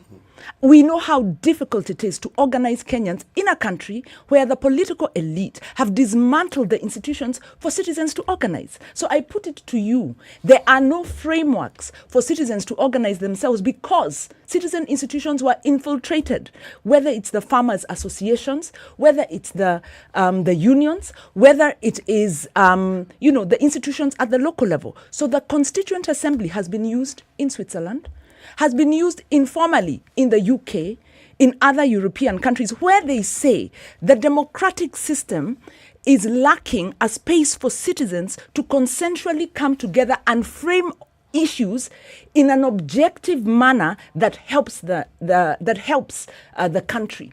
So the court has failed to recognize and address the problem, and in so doing, I put it to you, they have taken a safe route, a route that is aligned with the political regime that we are under, a regime that has been hostile to the Constitution of Kenya. So let us not kid ourselves that you're we casting have won. aspersions, Wanjiru, on the Supreme Court. Not aspersions. I am just stating a position that this is a philosophical and ideological battle. Let's not get lost in the nitty-gritty of the details. But you're saying that it's influenced by the politics of the day. Of course it's influenced not just by the politics of the day, but those who hold the levers of politics of the day. Exactly. Is there because anything it's that you have? Ideological. Is there anything that you have that can show us that the thinking of the 7 judges of the Supreme Court was actually being influenced politically by the leadership of the country?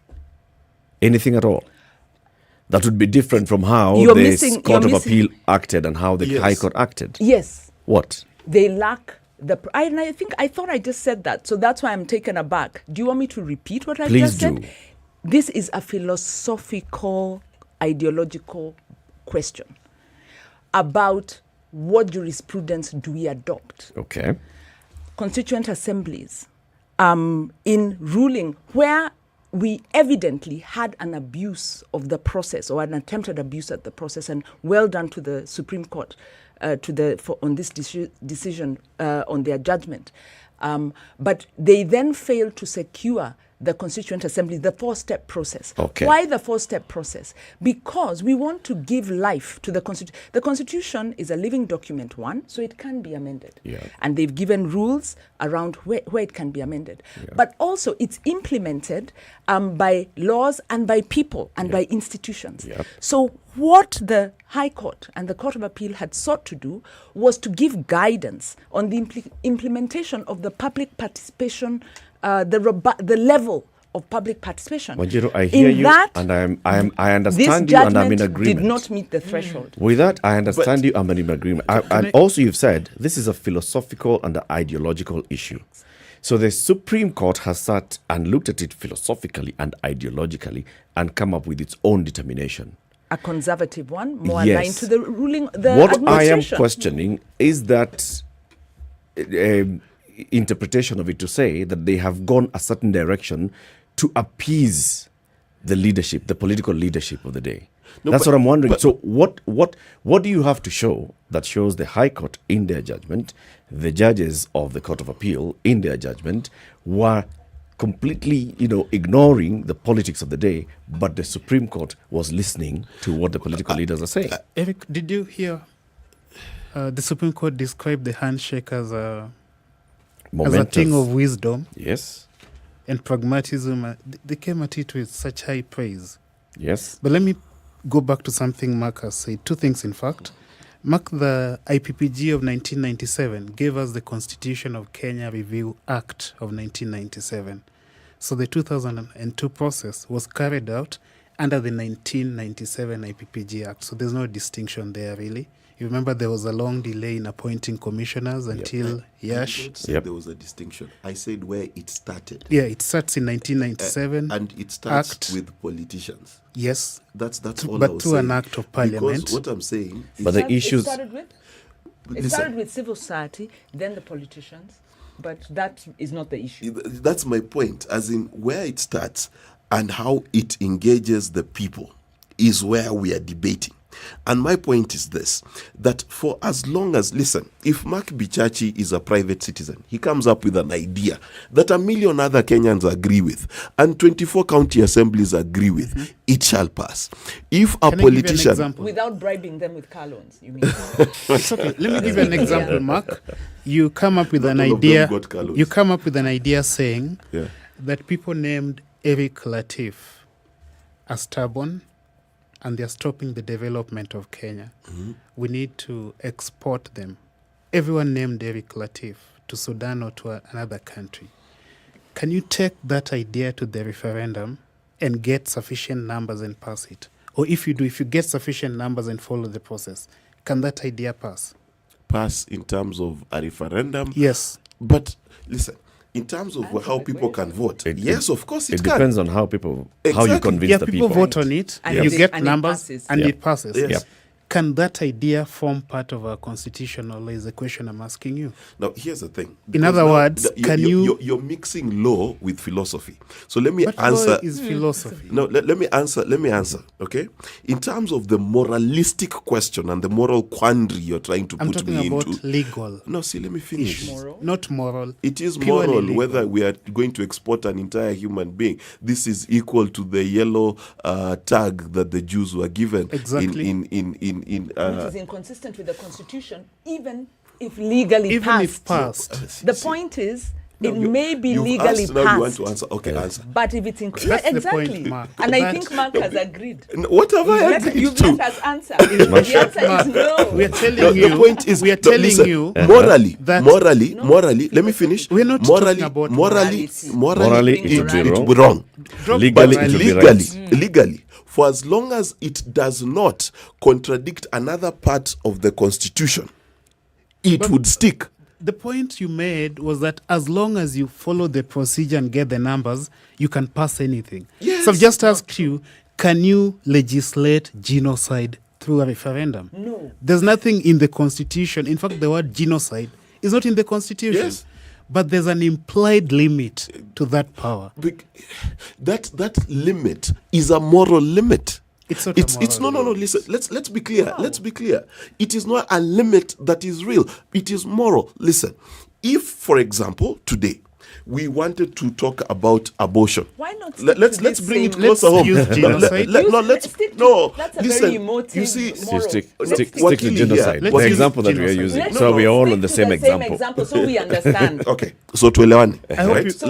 It's okay. Okay, we're sticking to genocide. So what Yes, are we saying? I'm a communication strategist. The bigger you make it, the more people are like, let's not touch it. But let's go there. We've decided to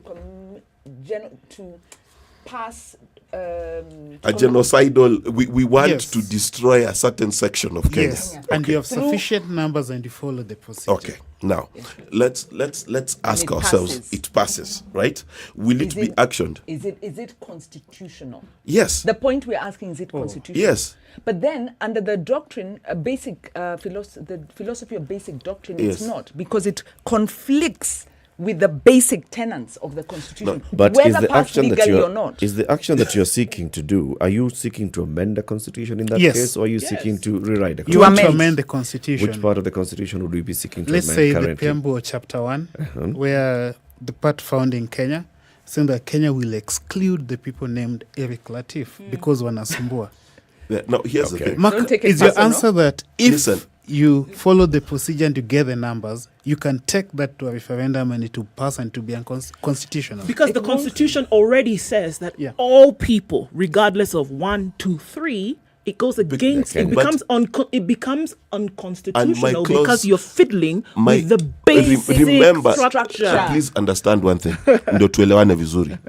When you're making a constitutional amendment, okay, and you want to say excluding Eric Latiff in chapter 1, you must go to the other attached. You do that? Yes. You do and that? you change everything to say You do that? that a certain organ X shall declare people persona You non do that? grata in this country. No, let me finish. Let me Yes. finish. You I'll do give all those things. Yes, I'll give you a basic example.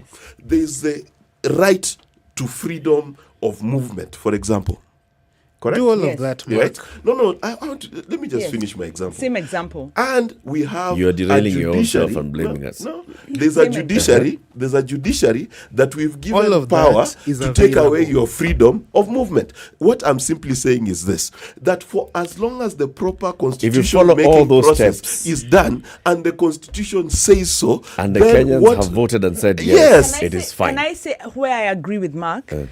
If the people of Kenya sit and say, we are going to change the Constitution, not amend. They say, we are tired of these people called Eric Latiff. We don't want them. We are going to change everything. I mean, they've demolished the Constitution, but they can't amend it. So in fact, that would be creating a new country, sort of. It is. And they can do that They can. at the Constituent Assembly. As the Constituent But Mark, the question also is this. Why were you saying that you need to go to this part about rights, come to judicial? Are you not walking along the paths of the basic structure of the Constitution? But even when you take so any the of the American amendments, okay, they had far-reaching impacts on the entirety of that Constitution. Okay, if you take, for example, the universal suffrage changes, they changed a lot of things. So any constitutional amendment, because it is a web, it is not a single string of issues. It is a web of issues. If, for example, you simply want to change the number of constituencies, there are lots of changes you need to make to that constitution.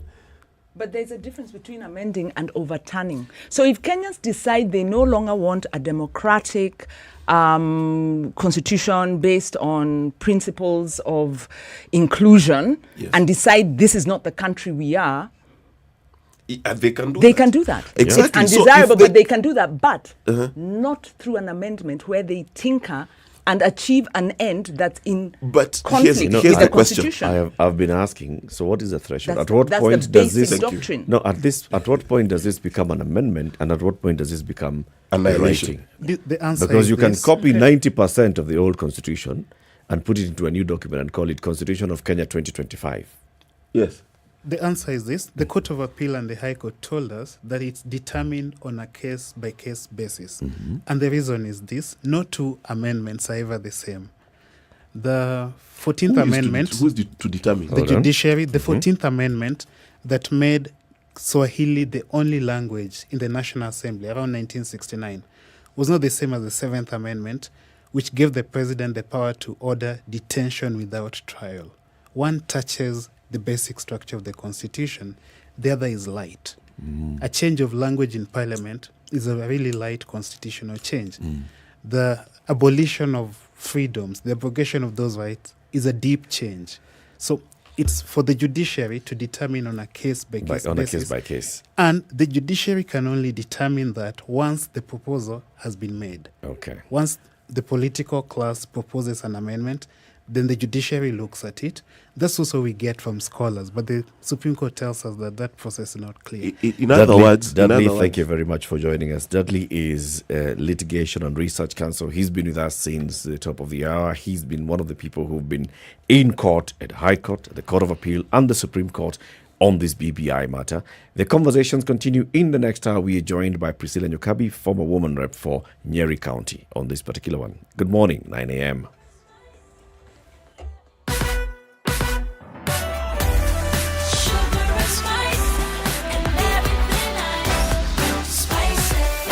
Spice up your life. The latest news from around the world. 94.4 Spice FM.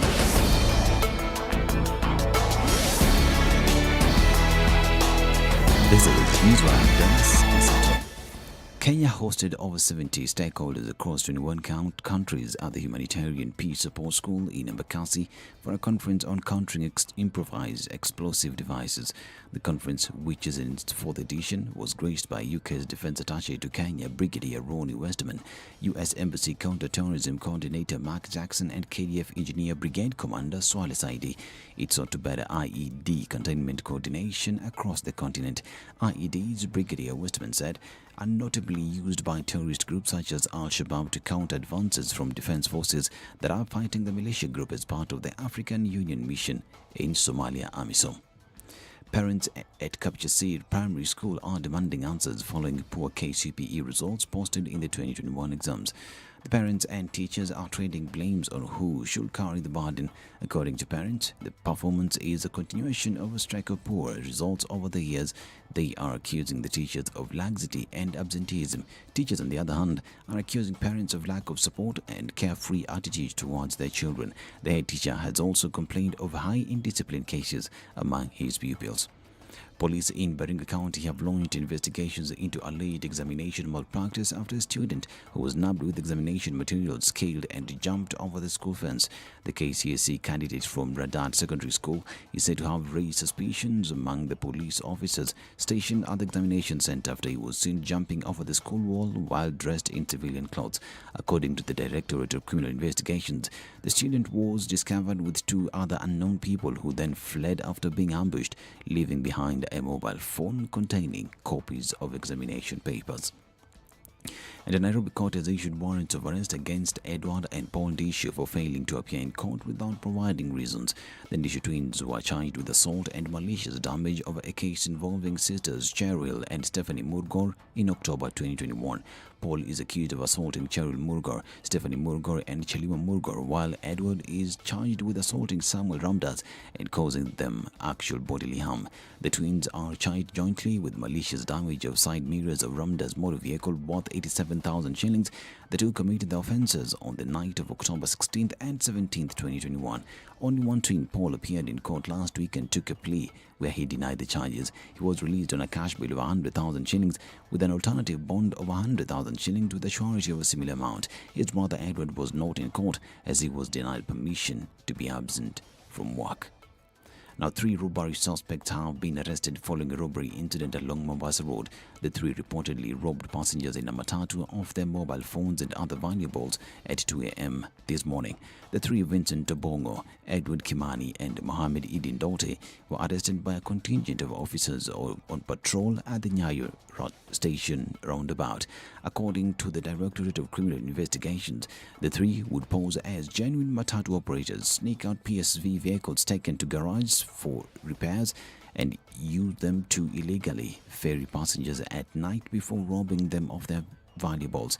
The matatu, commonly referred to as usiku sako, comprise of unroadworthy vehicles, most of which operate without the required documentation. The DCI at the same time urged members of the public to be on the lookout for such vehicles, especially those ferrying passengers to routes different from those indicated on the vehicle's body. The Russian President Vladimir Putin has signed a decree saying foreign buyers must pay in rubles for Russian gas from April 1st, which is today, and contracts will be halted if these payments were not made. Russia supplies about a third of Europe's gas, so energy is the most powerful lever for Putin's disposal as he tries to hit back against sweeping Western sanctions over his invasion of Ukraine.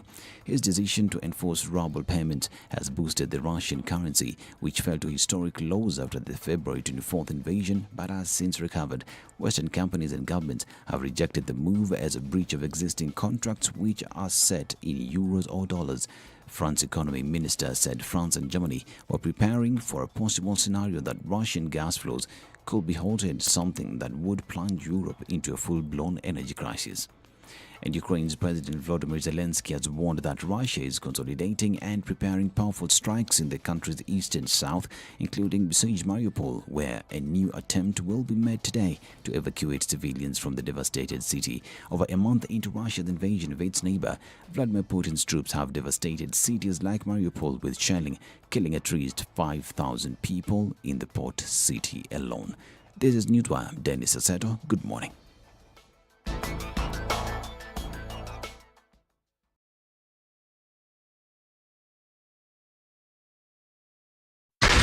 94.4 Spice FM, Nairobi.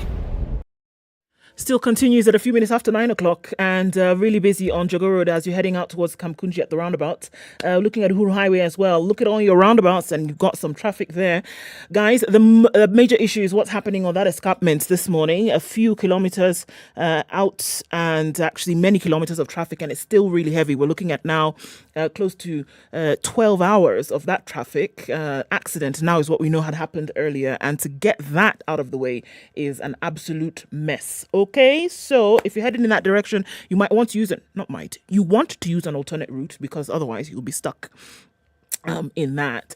Coming back into the city, we're seeing some traffic on Mombasa Road, but that's not too crazy. Thika Superhighway, free and clear now. We're just looking at traffic at around the Pangani underpass, and quite some on Kiambu Road actually, going well into Ridgeways right now. And then coming out of Westlands, that Ring Road Westlands, Chiromo is now clear.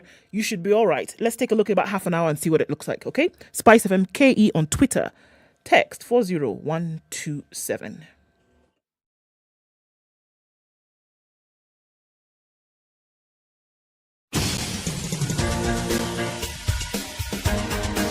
This is the Situation Room, the home of hard-hitting political commentary and penetrating insights about the state of the nation. This is a talk radio experience like no other. The Situation Room, a place for hard truths, debates, and elevated conversations. The Situation Room, witty, political, engaging, deep, controversial. In the room, we have C.T. Muga, researcher, academic, seasoned political observer, a fountain of wisdom in these politically uncertain times. Ndu Okoh, Nigerian by birth, Kenyan by choice, communications expert, Pan-Africanist, a truth seeker and believer in people power, and Eric Latiff, agent provocateur, the man in the chair, seasoned journalist, news hound, a man who believes in punching up, not down.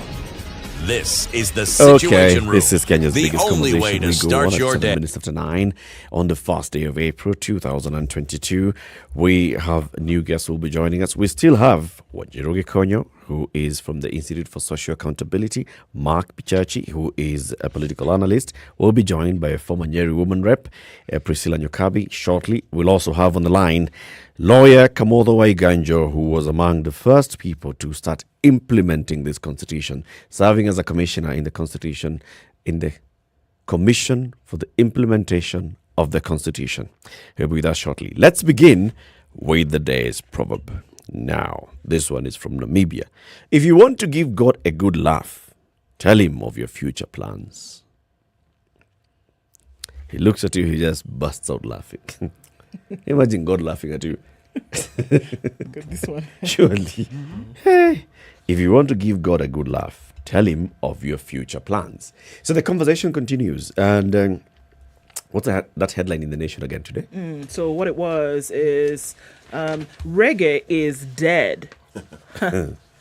Supreme Court ruling. Raila said you can't stop it. He was wrong. Supreme Court was laughing. Okay. The Standard headline, Supreme blow to BBI. In an ironical twist, Uhuru's personal involvement in the push to amend the Constitution is cited by the Supreme Court judges as the reason for burying the Handshake brothers' dream for a new dispensation. Dead in The Nation, buried in the Standard. Dead and buried. Yes, gone completely. Is this thing dead, really? Is the BBI dead, Mark? Schrodinger's cat, it's alive and dead at the same time. The reason why I'm saying this is simple. Because, number one, the Supreme Court sanitized, basically, the entire document other than who was the prime mover. So the question you must ask yourself is, if tomorrow somebody else wakes up, and there are very many somebody else's. We already have two, Junaid Mohammed and Dennis Wawero. Exactly. And decided to restart that process, okay, albeit it's late in the political calendar, then it could come alive. But number two, we must be very clear that BBI was alive as a political narrative. Now, as a political narrative, you must ask yourself, to whose advantage is it that BBI is silent?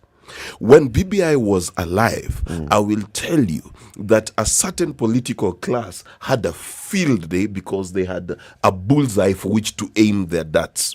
When it fell away, then the narrative had to change, and there was a bit more silence from certain quarters. So the same quarters might be celebrating the death of BBI, but they must be asking themselves, what narrative shall they carry into the elections, especially given the forgetful nature of Kenyan politics.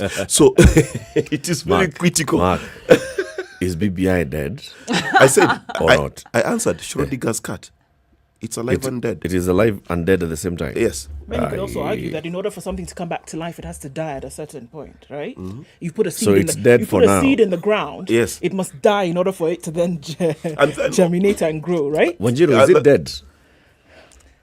I'll agree with Mark on that one, that it's alive and dead, because before elections, I don't believe we'll see any hint or hair from it, simply because the timing will be so inopportune. However, Raila Odinga has said that this process will continue because he's very determined to push forward with some of those, especially on the structure of government, this inclusive government. Now, should Azimio accede to power, we don't know what happens, because once you have power, then the inclination to share it, immediately disappears. Yes, exactly. So it could be dead, depending on the outcome of the 2022 election. But as from now, where Raila Odinga and his political analysts or advisors are sitting, I think they're saying good. At least the Supreme Court went easy. They didn't impose the basic structured doctrine on us. They didn't impose public participation. They removed those hurdles, which is why we are extremely unhappy about that. But I agree with you on that. I'm going to ask lawyer Kamotho Waiganjo that same question, but I'm going to answer it myself in the way that I think BBI is alive. It's just in a coma. It's in the ICU. It's not dead. it has an opportunity to come back to life. Lawyer Kamotho Eganjo, good morning. Morning, Eric. How are you? Very well, thanks. Thank you very much for joining us. It's unfortunate that you'll not be able to make it into the studio, but it's good enough to have you on the show anyway. That's okay. Thanks. Same question. Is BBI dead or not? Reggae is dead. Long live reggae. Oh, okay. Reggae is dead. Long live reggae. Yes, the truth of the matter is political reggae is dead. There is no question that it's dead and buried as a political mobilization instrument, which it was. You remember Tony saying, no reggae, then no election. So that particular refrain is dead. But I think what I think we must be alert to is the implications of the Supreme Court decision is that it can arise from the ashes. Maybe not as reggae, but it can arise in terms of the possibility which had been taken away by the basic structure, the possibility of even far-reaching amendments to the Constitution can occur. But I think we need to remember, and it's something that Chief Justice Martha Koome said in passing, and we need to recognize, and Wanjiru will know this, there have been many attempts. There have been more than 21 attempts to amend the Constitution. And they have failed. Why have they failed? It is because the inbuilt mechanisms in the Constitution actually stop people from facilitating nefarious amendments. And I suspect that is also what is going to happen even to reggae, that anything that was being attempted that is not good for Kenyans will die a natural death, either politically because it will not have the support that it needs, or the courts will stop it because even if it's not on the basis of the basic structure, but that it requires a referendum and nobody wants to submit this thing to a referendum, all manner of issues. So I don't live worried that because the basic structure has been removed, now we're going to have an overwhelming amendment to the Constitution that's anti-people.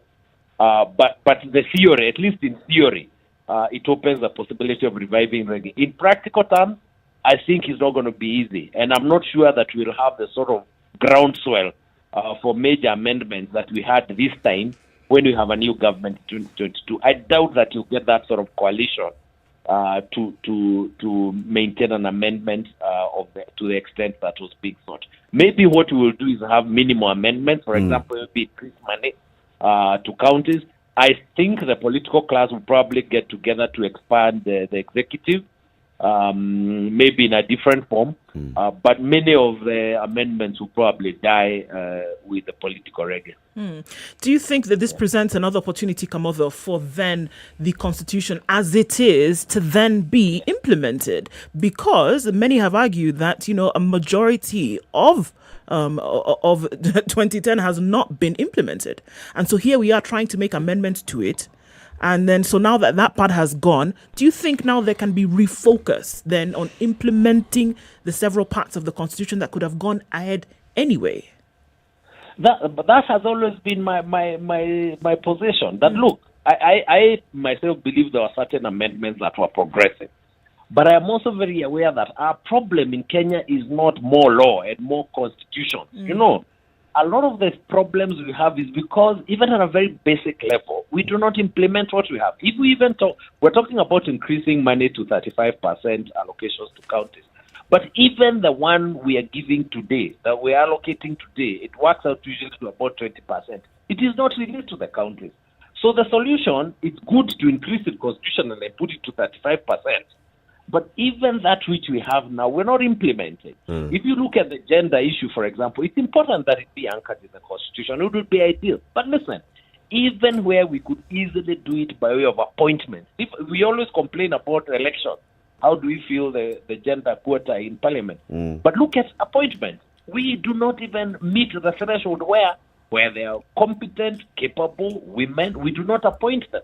So our problem is not really the Constitution. If we want to do 70%, 80% of the Constitution as is today, even issues we talk about inclusion, even when we talk about expanding the executive, there are many things you could do that would tell Kenyans that we actually want political exclusion, which do not require constitution amendment.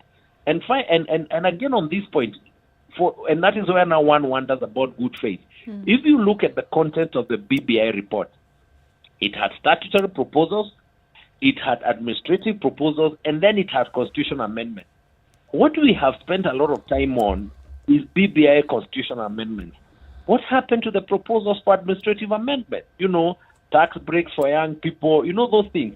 Why haven't we been on the forefront of putting that in the Finance Act, ensuring that we are restructuring help, for example, to ensure that people have a holiday? Those things are available in that constitutional change. So if you want to tell me that you are a believer in reggae, show me that which you can do without the need for a constitutional amendment, you're doing them.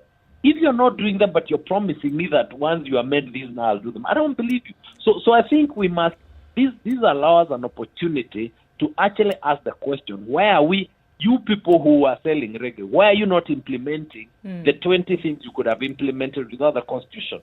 Why are you holding as a transom, acting like unless there's a constitutional change, we can't implement administrative arrangements? So I think it's a conversation that now Kenyans need to have and refocus away from just saying, let's change the law, let's change the constitution. Right.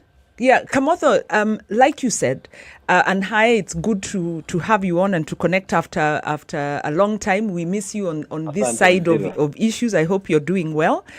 Probably back in the trenches or supporting the work there.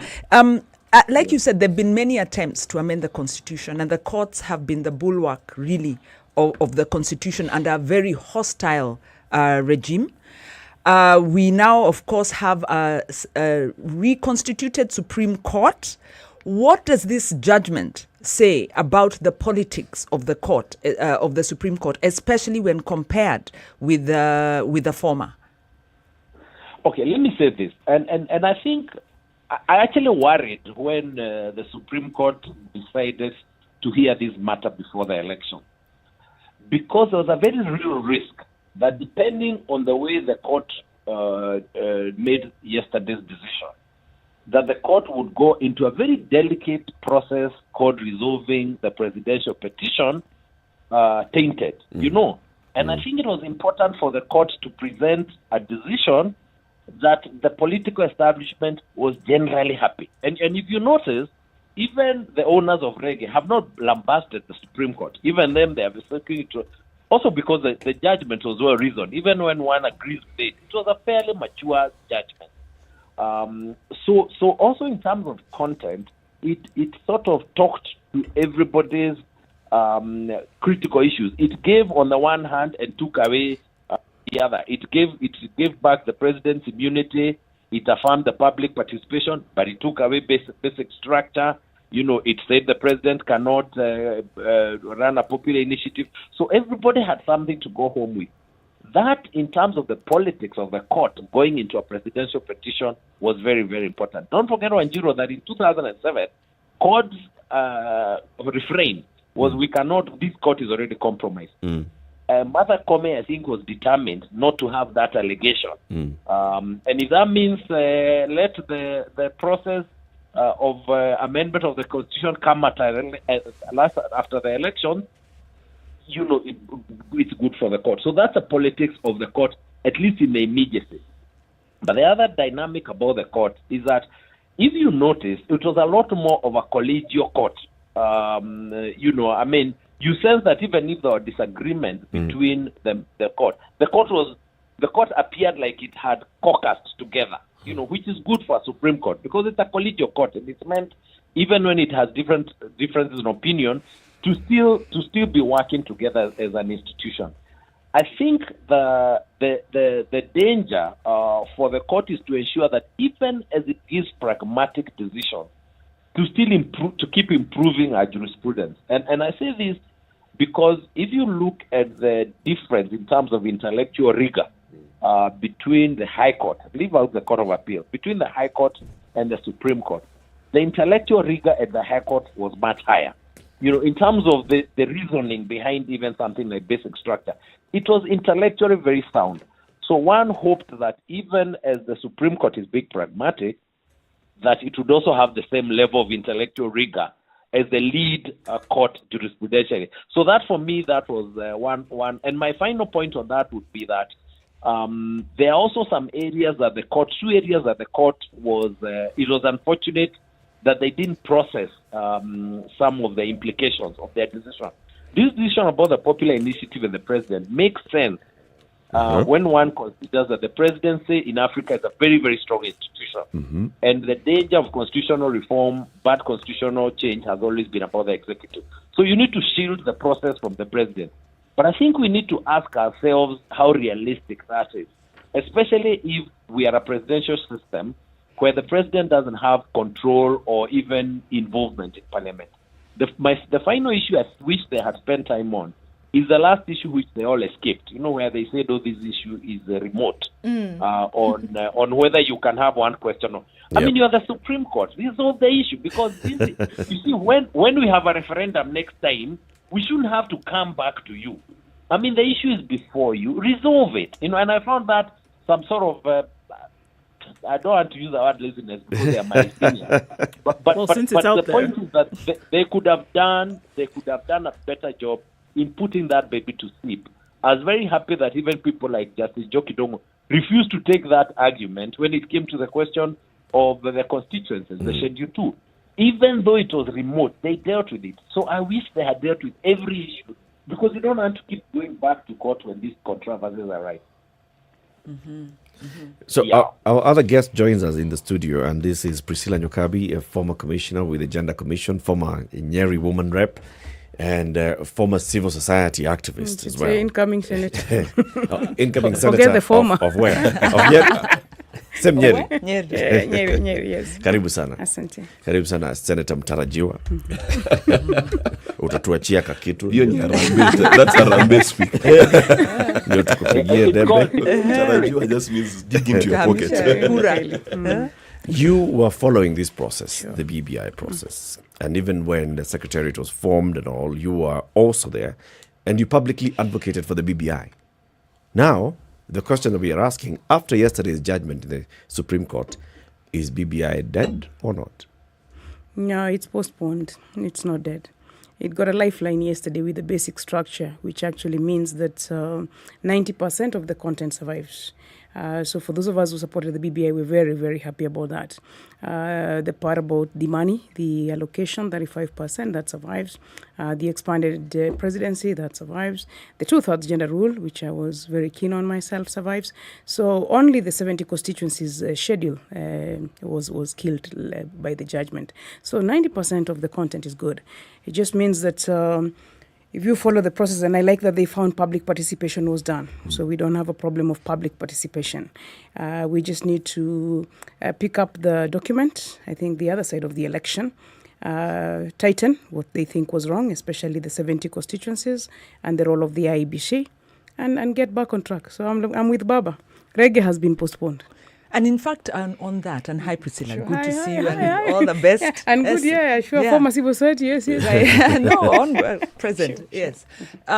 You know, on the question of public participation, because of course we work with public participation, and as I was sharing earlier, we struggle a lot. I mean, there are questions about threshold and all, but what has happened in this context is that the structures of public participation were ravaged. Starting with the Moi regime, you know, infiltration of the Maendeleo ya Wanawakes, infiltration of trade unions and all of that. Running into the Kibaki regime, which was a lot more open, but these structures had already been ravaged. And we've been struggling to strengthen citizen voice to the threshold of Article 1 and under this constitution. And so the High Court ruling, was very strong on public participation, and the process of changing the constitution was very well outlined. Now, losing that is a big blow, because the BBI was a managed participation process. It wasn't an inclusive public participation process. And even if we weren't political actors, we are seeing this repeated by county governments, national government. If you look at government records, there is public participation, but the public are not properly engaged because the process is rigged. So it's that, choreographed public participation. Exactly. And it has The been people rubber are- stamped by the Supreme Court. Exactly. People are being participated. So this is a big blow. Being participated. That is it. No, This is a big blow. Let me Would ask- you not agree? Can I say something just Yes. before, and then just on that? Yeah, I'm with you on effective public participation. That this public participation we're looking for has got to be effective. It is just that what I like with the judgment yesterday is they found that a fair amount of it had been done. Maybe not sufficient, because if you look at that particular line of judgment, it is not unanimous. Some of the Supreme Court judges actually felt that it should have been more than that. And I like that those of us who were then in BBI can go back and look at what more public participation should be done. In fact, part of the reason I want to be a senator myself is questions like those, because we don't have a legal framework, you don't have a law. Remember, we are from access to information. You don't have the documents applied in good time. So there's quite a lot of work that we still need to do around Contracts of public your participation. administration, can I say? So effective Shall we go public there? participation. But now for yesterday we won, first things First you first. celebrate. First you celebrate. The win for me is critical, because there is two sides to this public participation story. There is the government creating opportunities, and ample opportunities at that, for the public to participate. It is quite another thing for the public to actually participate, because if you look at all of these things that are gazetted, and let's be proper citizens, okay, and be honest with ourselves, there are opportunities upon opportunities for people to participate in various government programs. This I know, because I have been involved in advertising for some of them. And what happens is you'll be shocked at the lack of willingness of stakeholders in a particular industry, in a particular field, in a particular sphere of society to participate. The problem we have in this country is not just a legal one. We also have a situation of the ethos of the Kenyan. And this is predominantly, for me, the ideology that participating in the democratic process of this country is voting. It is not. We do not participate in town halls. We do not contribute even to the candidates we support. We do not work with them. We do not hold them accountable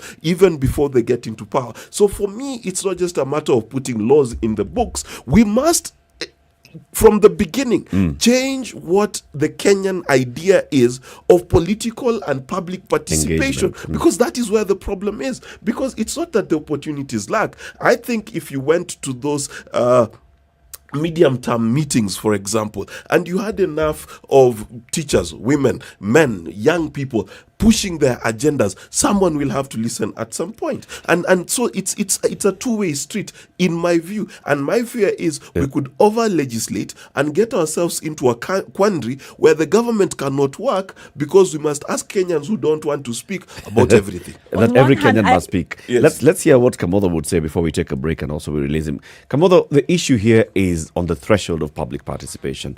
Do you think, or do you agree with Wanjiru when she says that here the threshold seems to have been lowered in terms of the level of public participation? Yes and no. I think there was sufficient diversity of opinion on the issue to say that there are people who felt that a lot more could have been done. But also don't forget that the court was addressing the question of the public participation up to the point where the process reached. They were not saying public participation for the entire constitutional reform process, but they were saying up to the point where the process reached, there was sufficient public participation in that context. But I think I want to say something about the whole question about public participation. I think one of the things that we forget is that if Kenyans really believe that their participation matters, I guarantee you they'll be involved.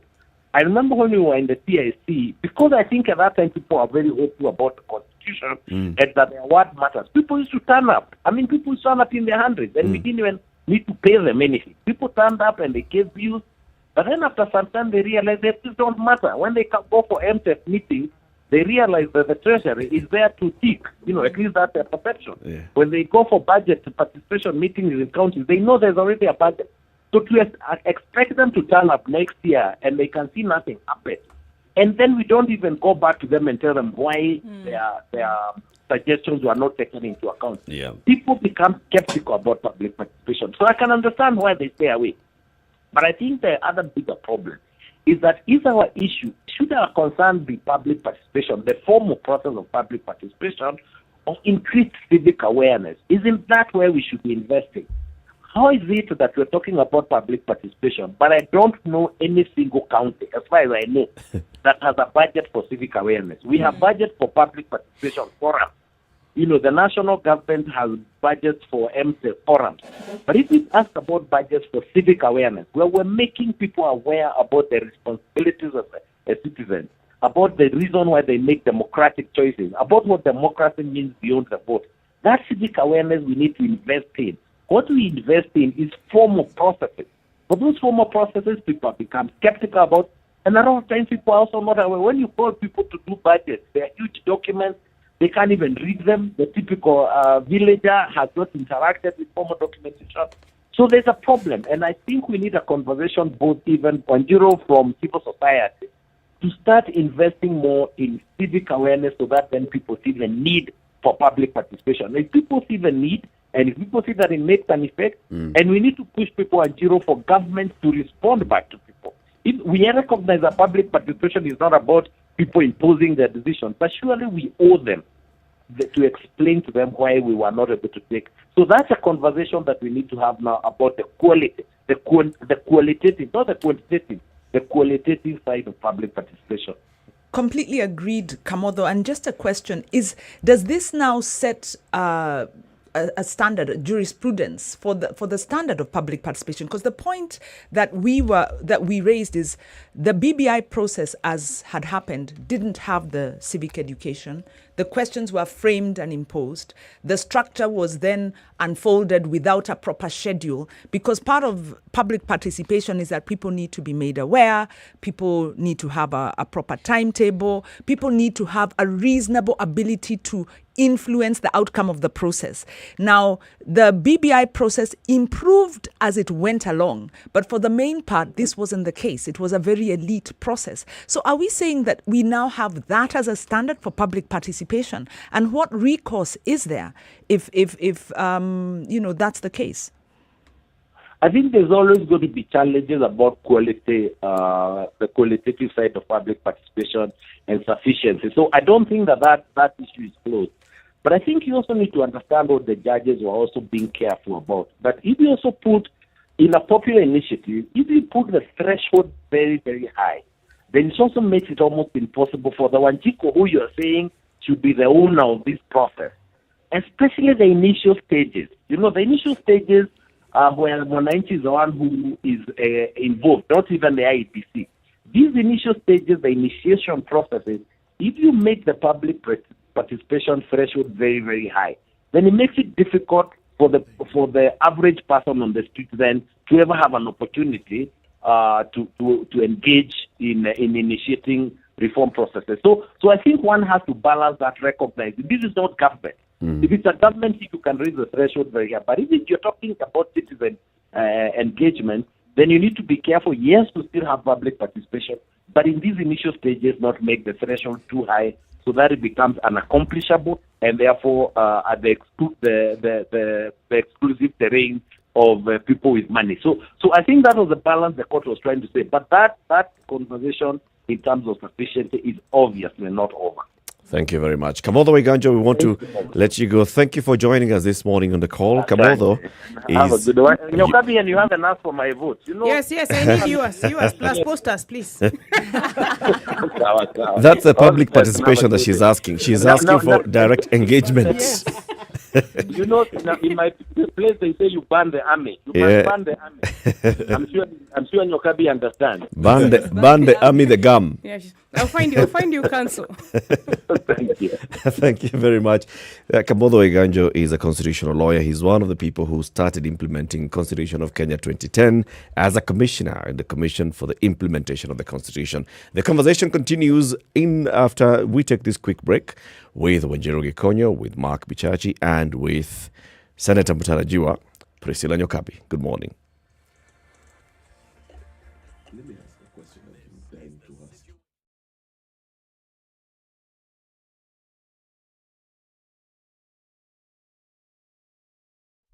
Classic soul, R&B, smooth jazz, neo soul, and nostalgic ballads. Make some noise. You're listening to Spice FM. only way to live your best life is to create a balance between work, love, and play. Smoking shisha and releasing things on your smoke like a Subaru. Right. You understand what I'm saying? Yes. And you want God to give you a man who has a mission and a vision. You may create an illusion of because he's younger, he's interested in me or he likes me, but he's using me. Text the word adult to 22840 to get the latest clips from Adults in the Room directly to your mobile phone. SMS adults to 22840. The Adults in the Room.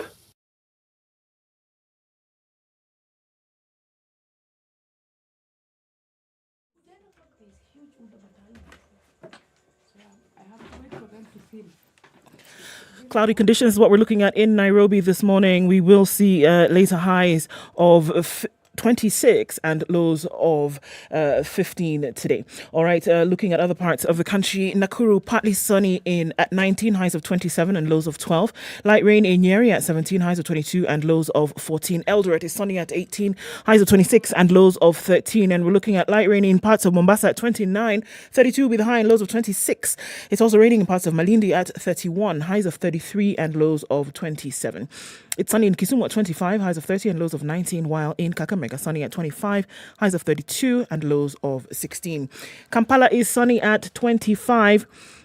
We'll see highs of 29 and lows of 20, while Dar es Salaam now raining at 27, highs of 31 and lows of 25. Johannesburg is sunny at 17, highs of 24 and lows of 15. Light rain in Lagos at 28, highs of 33 and lows of 27. It's mostly cloudy at 25 in Kinshasa.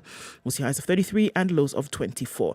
Going into evening Friday in Beijing, it's sunny at 15, and that'll be the high going to lows of 3.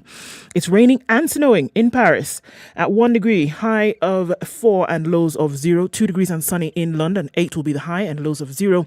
And around things off in New York Friday, coming into Friday early, highs of 14 and lows of 3.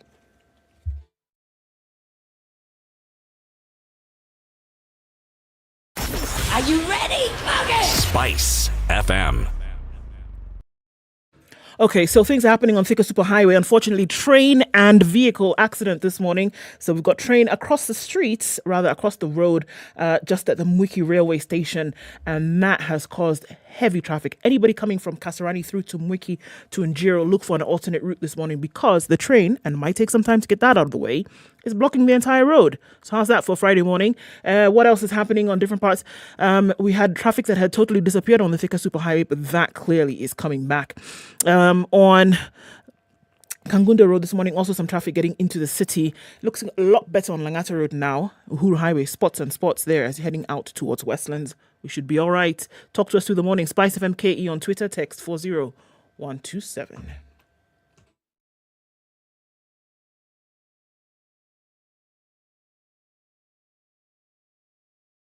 Business news on Spice FM. I'm Dennis Aseto. The cost of living has soared to its highest this year, with March inflation coming in at 5.6% from 5.1% in February. This is according to the new data from the Kenyan National Bureau of Statistics. The 3-month high rate of inflation is attributable primarily to rising food and energy costs on the backdrop of higher fuel prices during the month. Now, regional-based Ensure Jubilee Holdings will pay a special dividend of 5 shillings per share to shareholders after the receipt of 3.2 billion shillings from Allianz. The proceeds represent the first tranche of payments from Jubilee's sale of its regional general insurance business, including Kenya, Uganda, Tanzania, Burundi, and Mauritius. Now, top Kenyan banks have declared dividends totaling 42.7 billion shillings for the year ended December 31st, 2021, in the back of a 75% jump to net profits. The dividend payout by the 9 of listed Kenyan banks is 185% higher than the short-handed 15 billion shillings payout in 2020, when most lenders skipped the payout, having taken a cash preservation stance. The National Cereals and Produce Board has reached new partnerships aimed at bringing down the cost of fertilizer amid runaway cost of the commodity over the recent months. In one of the partnership bringing together the State Parastatal, 51 Capital and Africa Diatomite Limited, NCPB will supply affordable fertilizer through its respective nationwide branches in a 2-year contract. And a consortium of civil society groups have launched a campaign dubbed Okoh aimed at pushing for political accountability and bolster constitutional safeguards in public debt management. The campaign, which is led by Mzalendo Trust, the Institute of Social Accountability, Transparency International, International Budget Partnership, and the African Forum and Network on Debt and Development, aims at engaging political parties, leaders, and the electorate with the aim of putting debt accountability at the heart of the agenda. For Spice Business, I'm Dennis Aseto. Business news, keeping you up to date on all your money matters. Mature, intelligent talk every morning. Spice up yourself.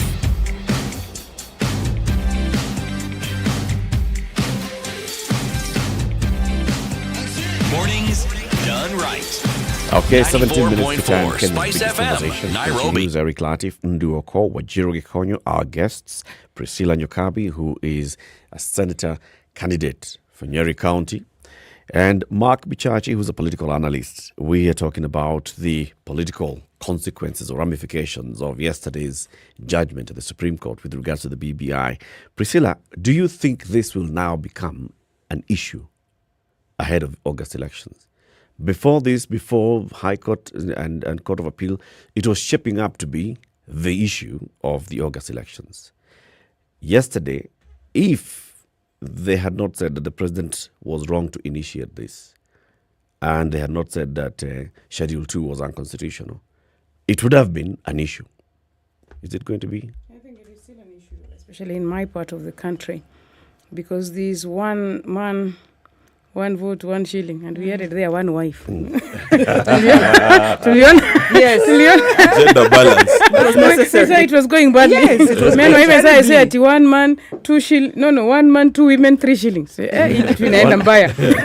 So it's a 1 man, 1 vote, 1 shilling. That's a live debate in Mount Kenya, and that will continue to be a live debate because of the resource allocation and the fair representation questions. And now we have somebody to blame for the loss of that. It is going to be 54 billion shillings in Mount Kenya. And you can see the struggle with our counties, the struggle with our governors. It's political. We're going to blame the person who said the BBI was bad, because the BBI had good things in there. I see the judges were at pains not to go into the content because they know that some of that content is actually good content for the country. So in Mount Kenya, maybe another parts that were going to benefit, the coast was going to get all of the constituencies that they need.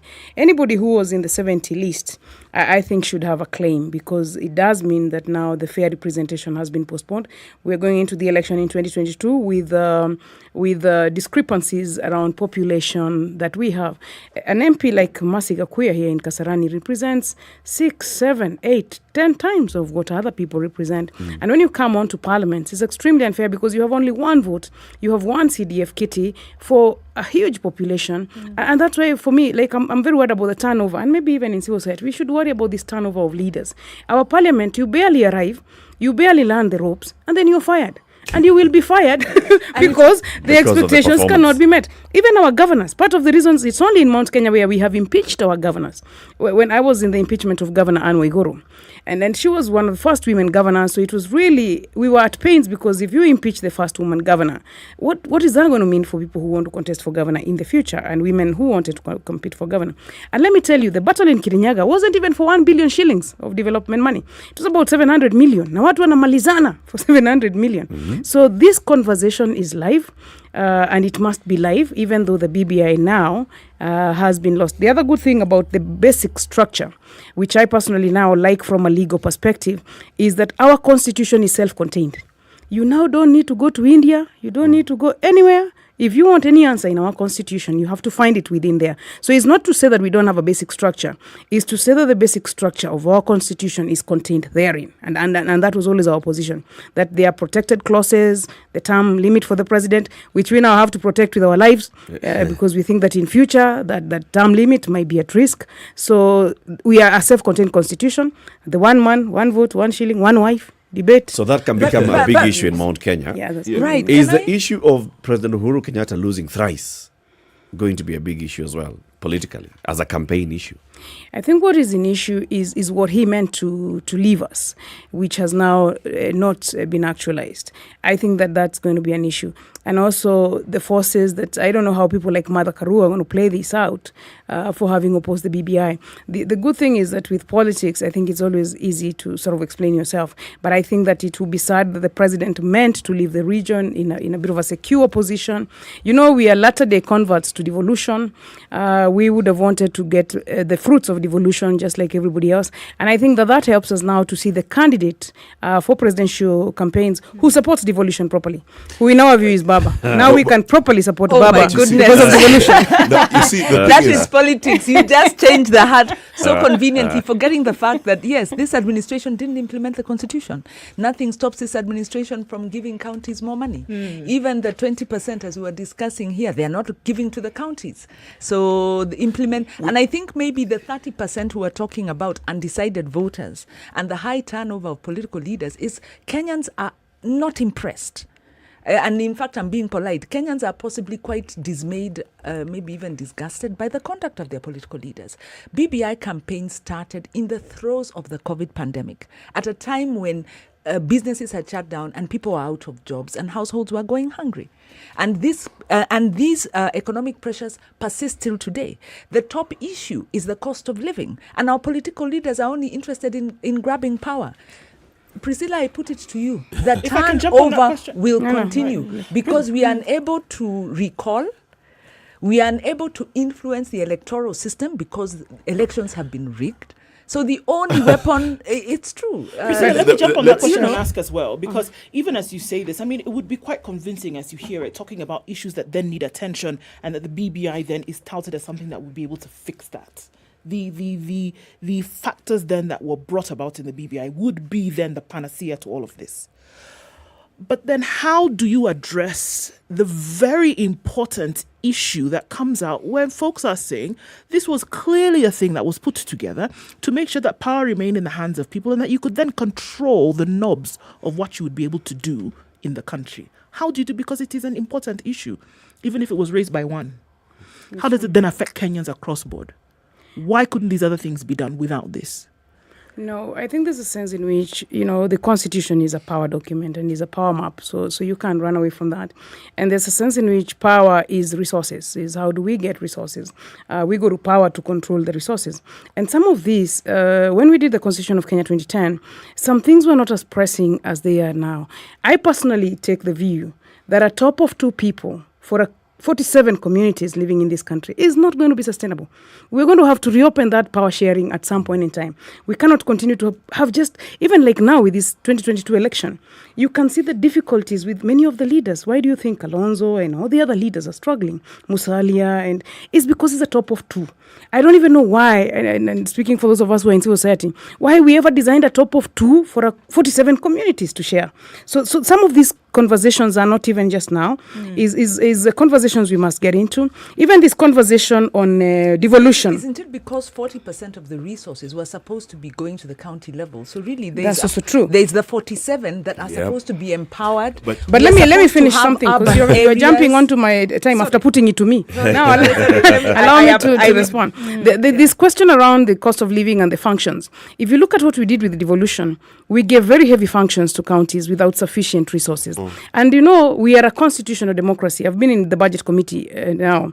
And I can tell you, when the constitution says 15%, it's very difficult to convince Treasury. It's very difficult to convince Treasury to go beyond that. What I now have seen where we can respect the law is if the law says 35%, Treasury will respect 35%. If the law says 15%, you will be as close to 15% as possible, even where there's an attempt to sort of, because I know like in this regime, they've tried to put the figure way above 15%. But it is much better if we legislate and constitutionalize 35%. And so this conversation does not end. It is not just so much that people want to retain power. It is also so much that then so many of us should be in power for us to all get the benefits of the resources, what we were calling shared prosperity.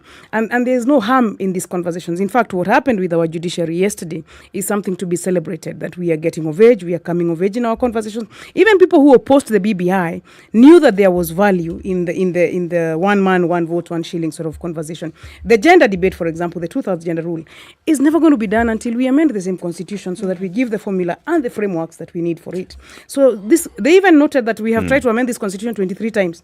It's just that we have not succeeded. We will succeed in amending the constitution. In the 25th mark. You know, there are things here that we need to disabuse. Number one, there is nothing wrong with having diverse views and wishing to change things. Whether that change is even to say that counties should get 10%. I think any person with an idea in this democratic space needs to be entertained. This thing of painting ideas evil versus not evil, I don't think is a progressive argument. We need to get to the point where we talk about things based on merit. In fact, just personalizing amendments, I think, is quite ridiculous as well, because there's been a lot of Uhuru Kenyattaizing of these amendments. And we forget one thing, and we said it before, just before we went on a break, that a sitting president who's exiting and a new president who is likely to sign off on 35% devolution. It is an opportunity, because Uhuru Kenyatta could have signed off on it because there's no skin off his back and we would have gained from devolution. Now, which president coming in is going to say, you know what, I want to control 20% less of the budget? That's not how power works. Secondly, these conversations, and this is why I said BBI is like Schrodinger's cat, dead in one perspective but very much alive in another. The questions that BBI sought to answer are still questions that are very, very, very much alive. Yeah. One of those questions, even in as much as we said that the handshake being described as a very benevolent act from leaders by the Supreme Court was wrong, I don't think it was, because one of the things that this country continually faces, and even if you look at the way we discuss BBI, it's almost as if we want to come to blows over discussing ideas. We've not gotten to the point where we can differ and agree to disagree. So the journey of the BBI is not just about a constitutional amendment. It is also about Kenyans looking at themselves in the mirror and realizing that there are very serious issues that we need to deal with. Lastly, I want to say this. There's a lot of talk about why don't politicians focus on the issues that really matter to Kenyans. They will only focus on the issues that get them elected. Let's be very clear. Because they are there to get elected, first and foremost. Now, if you start a rally today talking about base lending rates, talking about our import-export quota, how many people are going to show up at that rally? So we need to also do ourselves a favor and up the game and the demand that we have upon our leaders. This idea that the funnier a leader is, the more likely they are to be elected, is part of the reason. If you elect me based on jokes, guess what I'm going to do? Get funnier with your economy. You say Uhuru, we are making a mistake of Uhuru Kenyattaizing this BBI conversation. Yes. But Uhuru Kenyatta is this. He led from the front. He said many times, we are in a constitutional moment.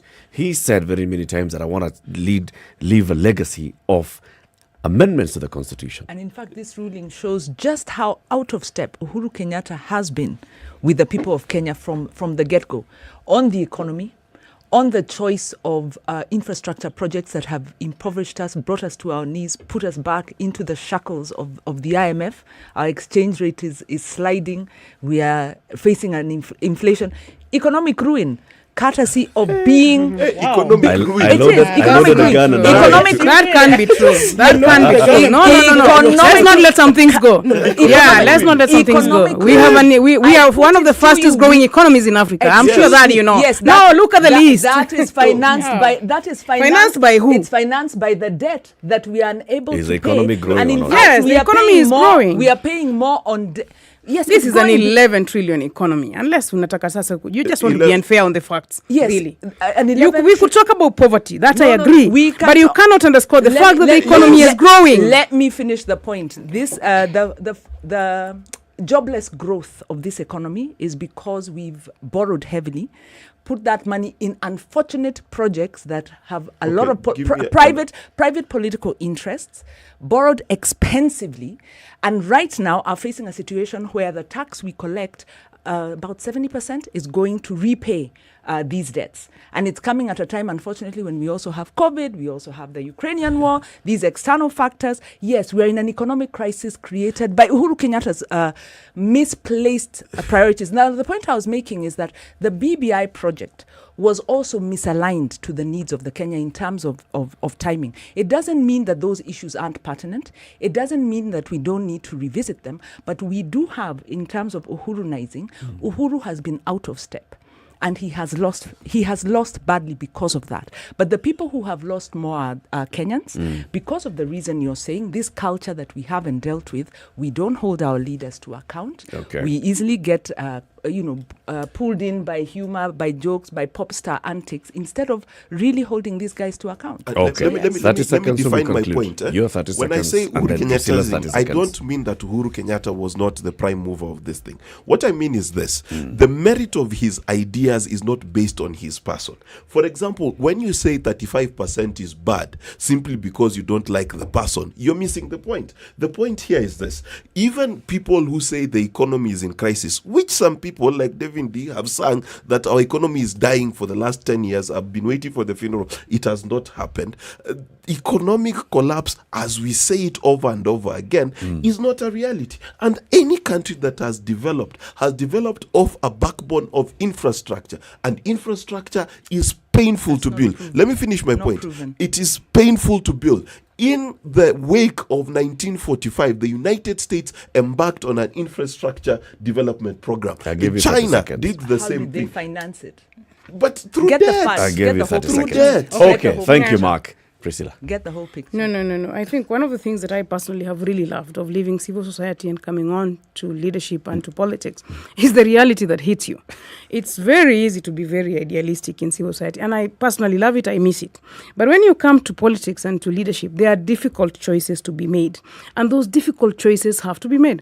The handshake was a difficult choice. It had to be made for the good of the country. So it's true that the president has spent a lot of time on infrastructure, and I come from a region where we actually expect him to finish the Mau Mau roads, to finish the Keno Marua road, and even the Isiolo link. So infrastructure is important. What we are now discussing is not so much what didn't work, is how can we move from infrastructure to the next level of growth. And I agree that we need inclusive growth, that we haven't had much inclusive growth. And that's why for the next regime, the answer is to build on to what has been done. But it's not to demonize everything that has been done, because some good has also come out of it. Difficult choices had to be made. And I personally love even the expressway, because the productive society here, which is the industrial, including you guys here, has been caught up in this traffic. We had to open up that traffic Priscilla, so that the inclusive society can work. Asante. Yes. Priscilla Nyokabi wants to be Wait, the now next... uniombee kura, please. The people of Nyeri, wasinisahau.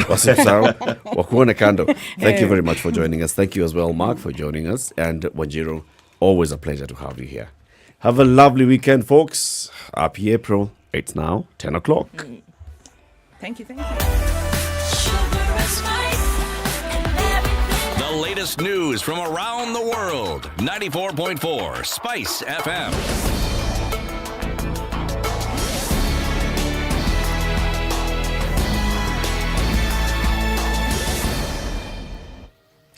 This is Newswire. I'm Dennis Aseto.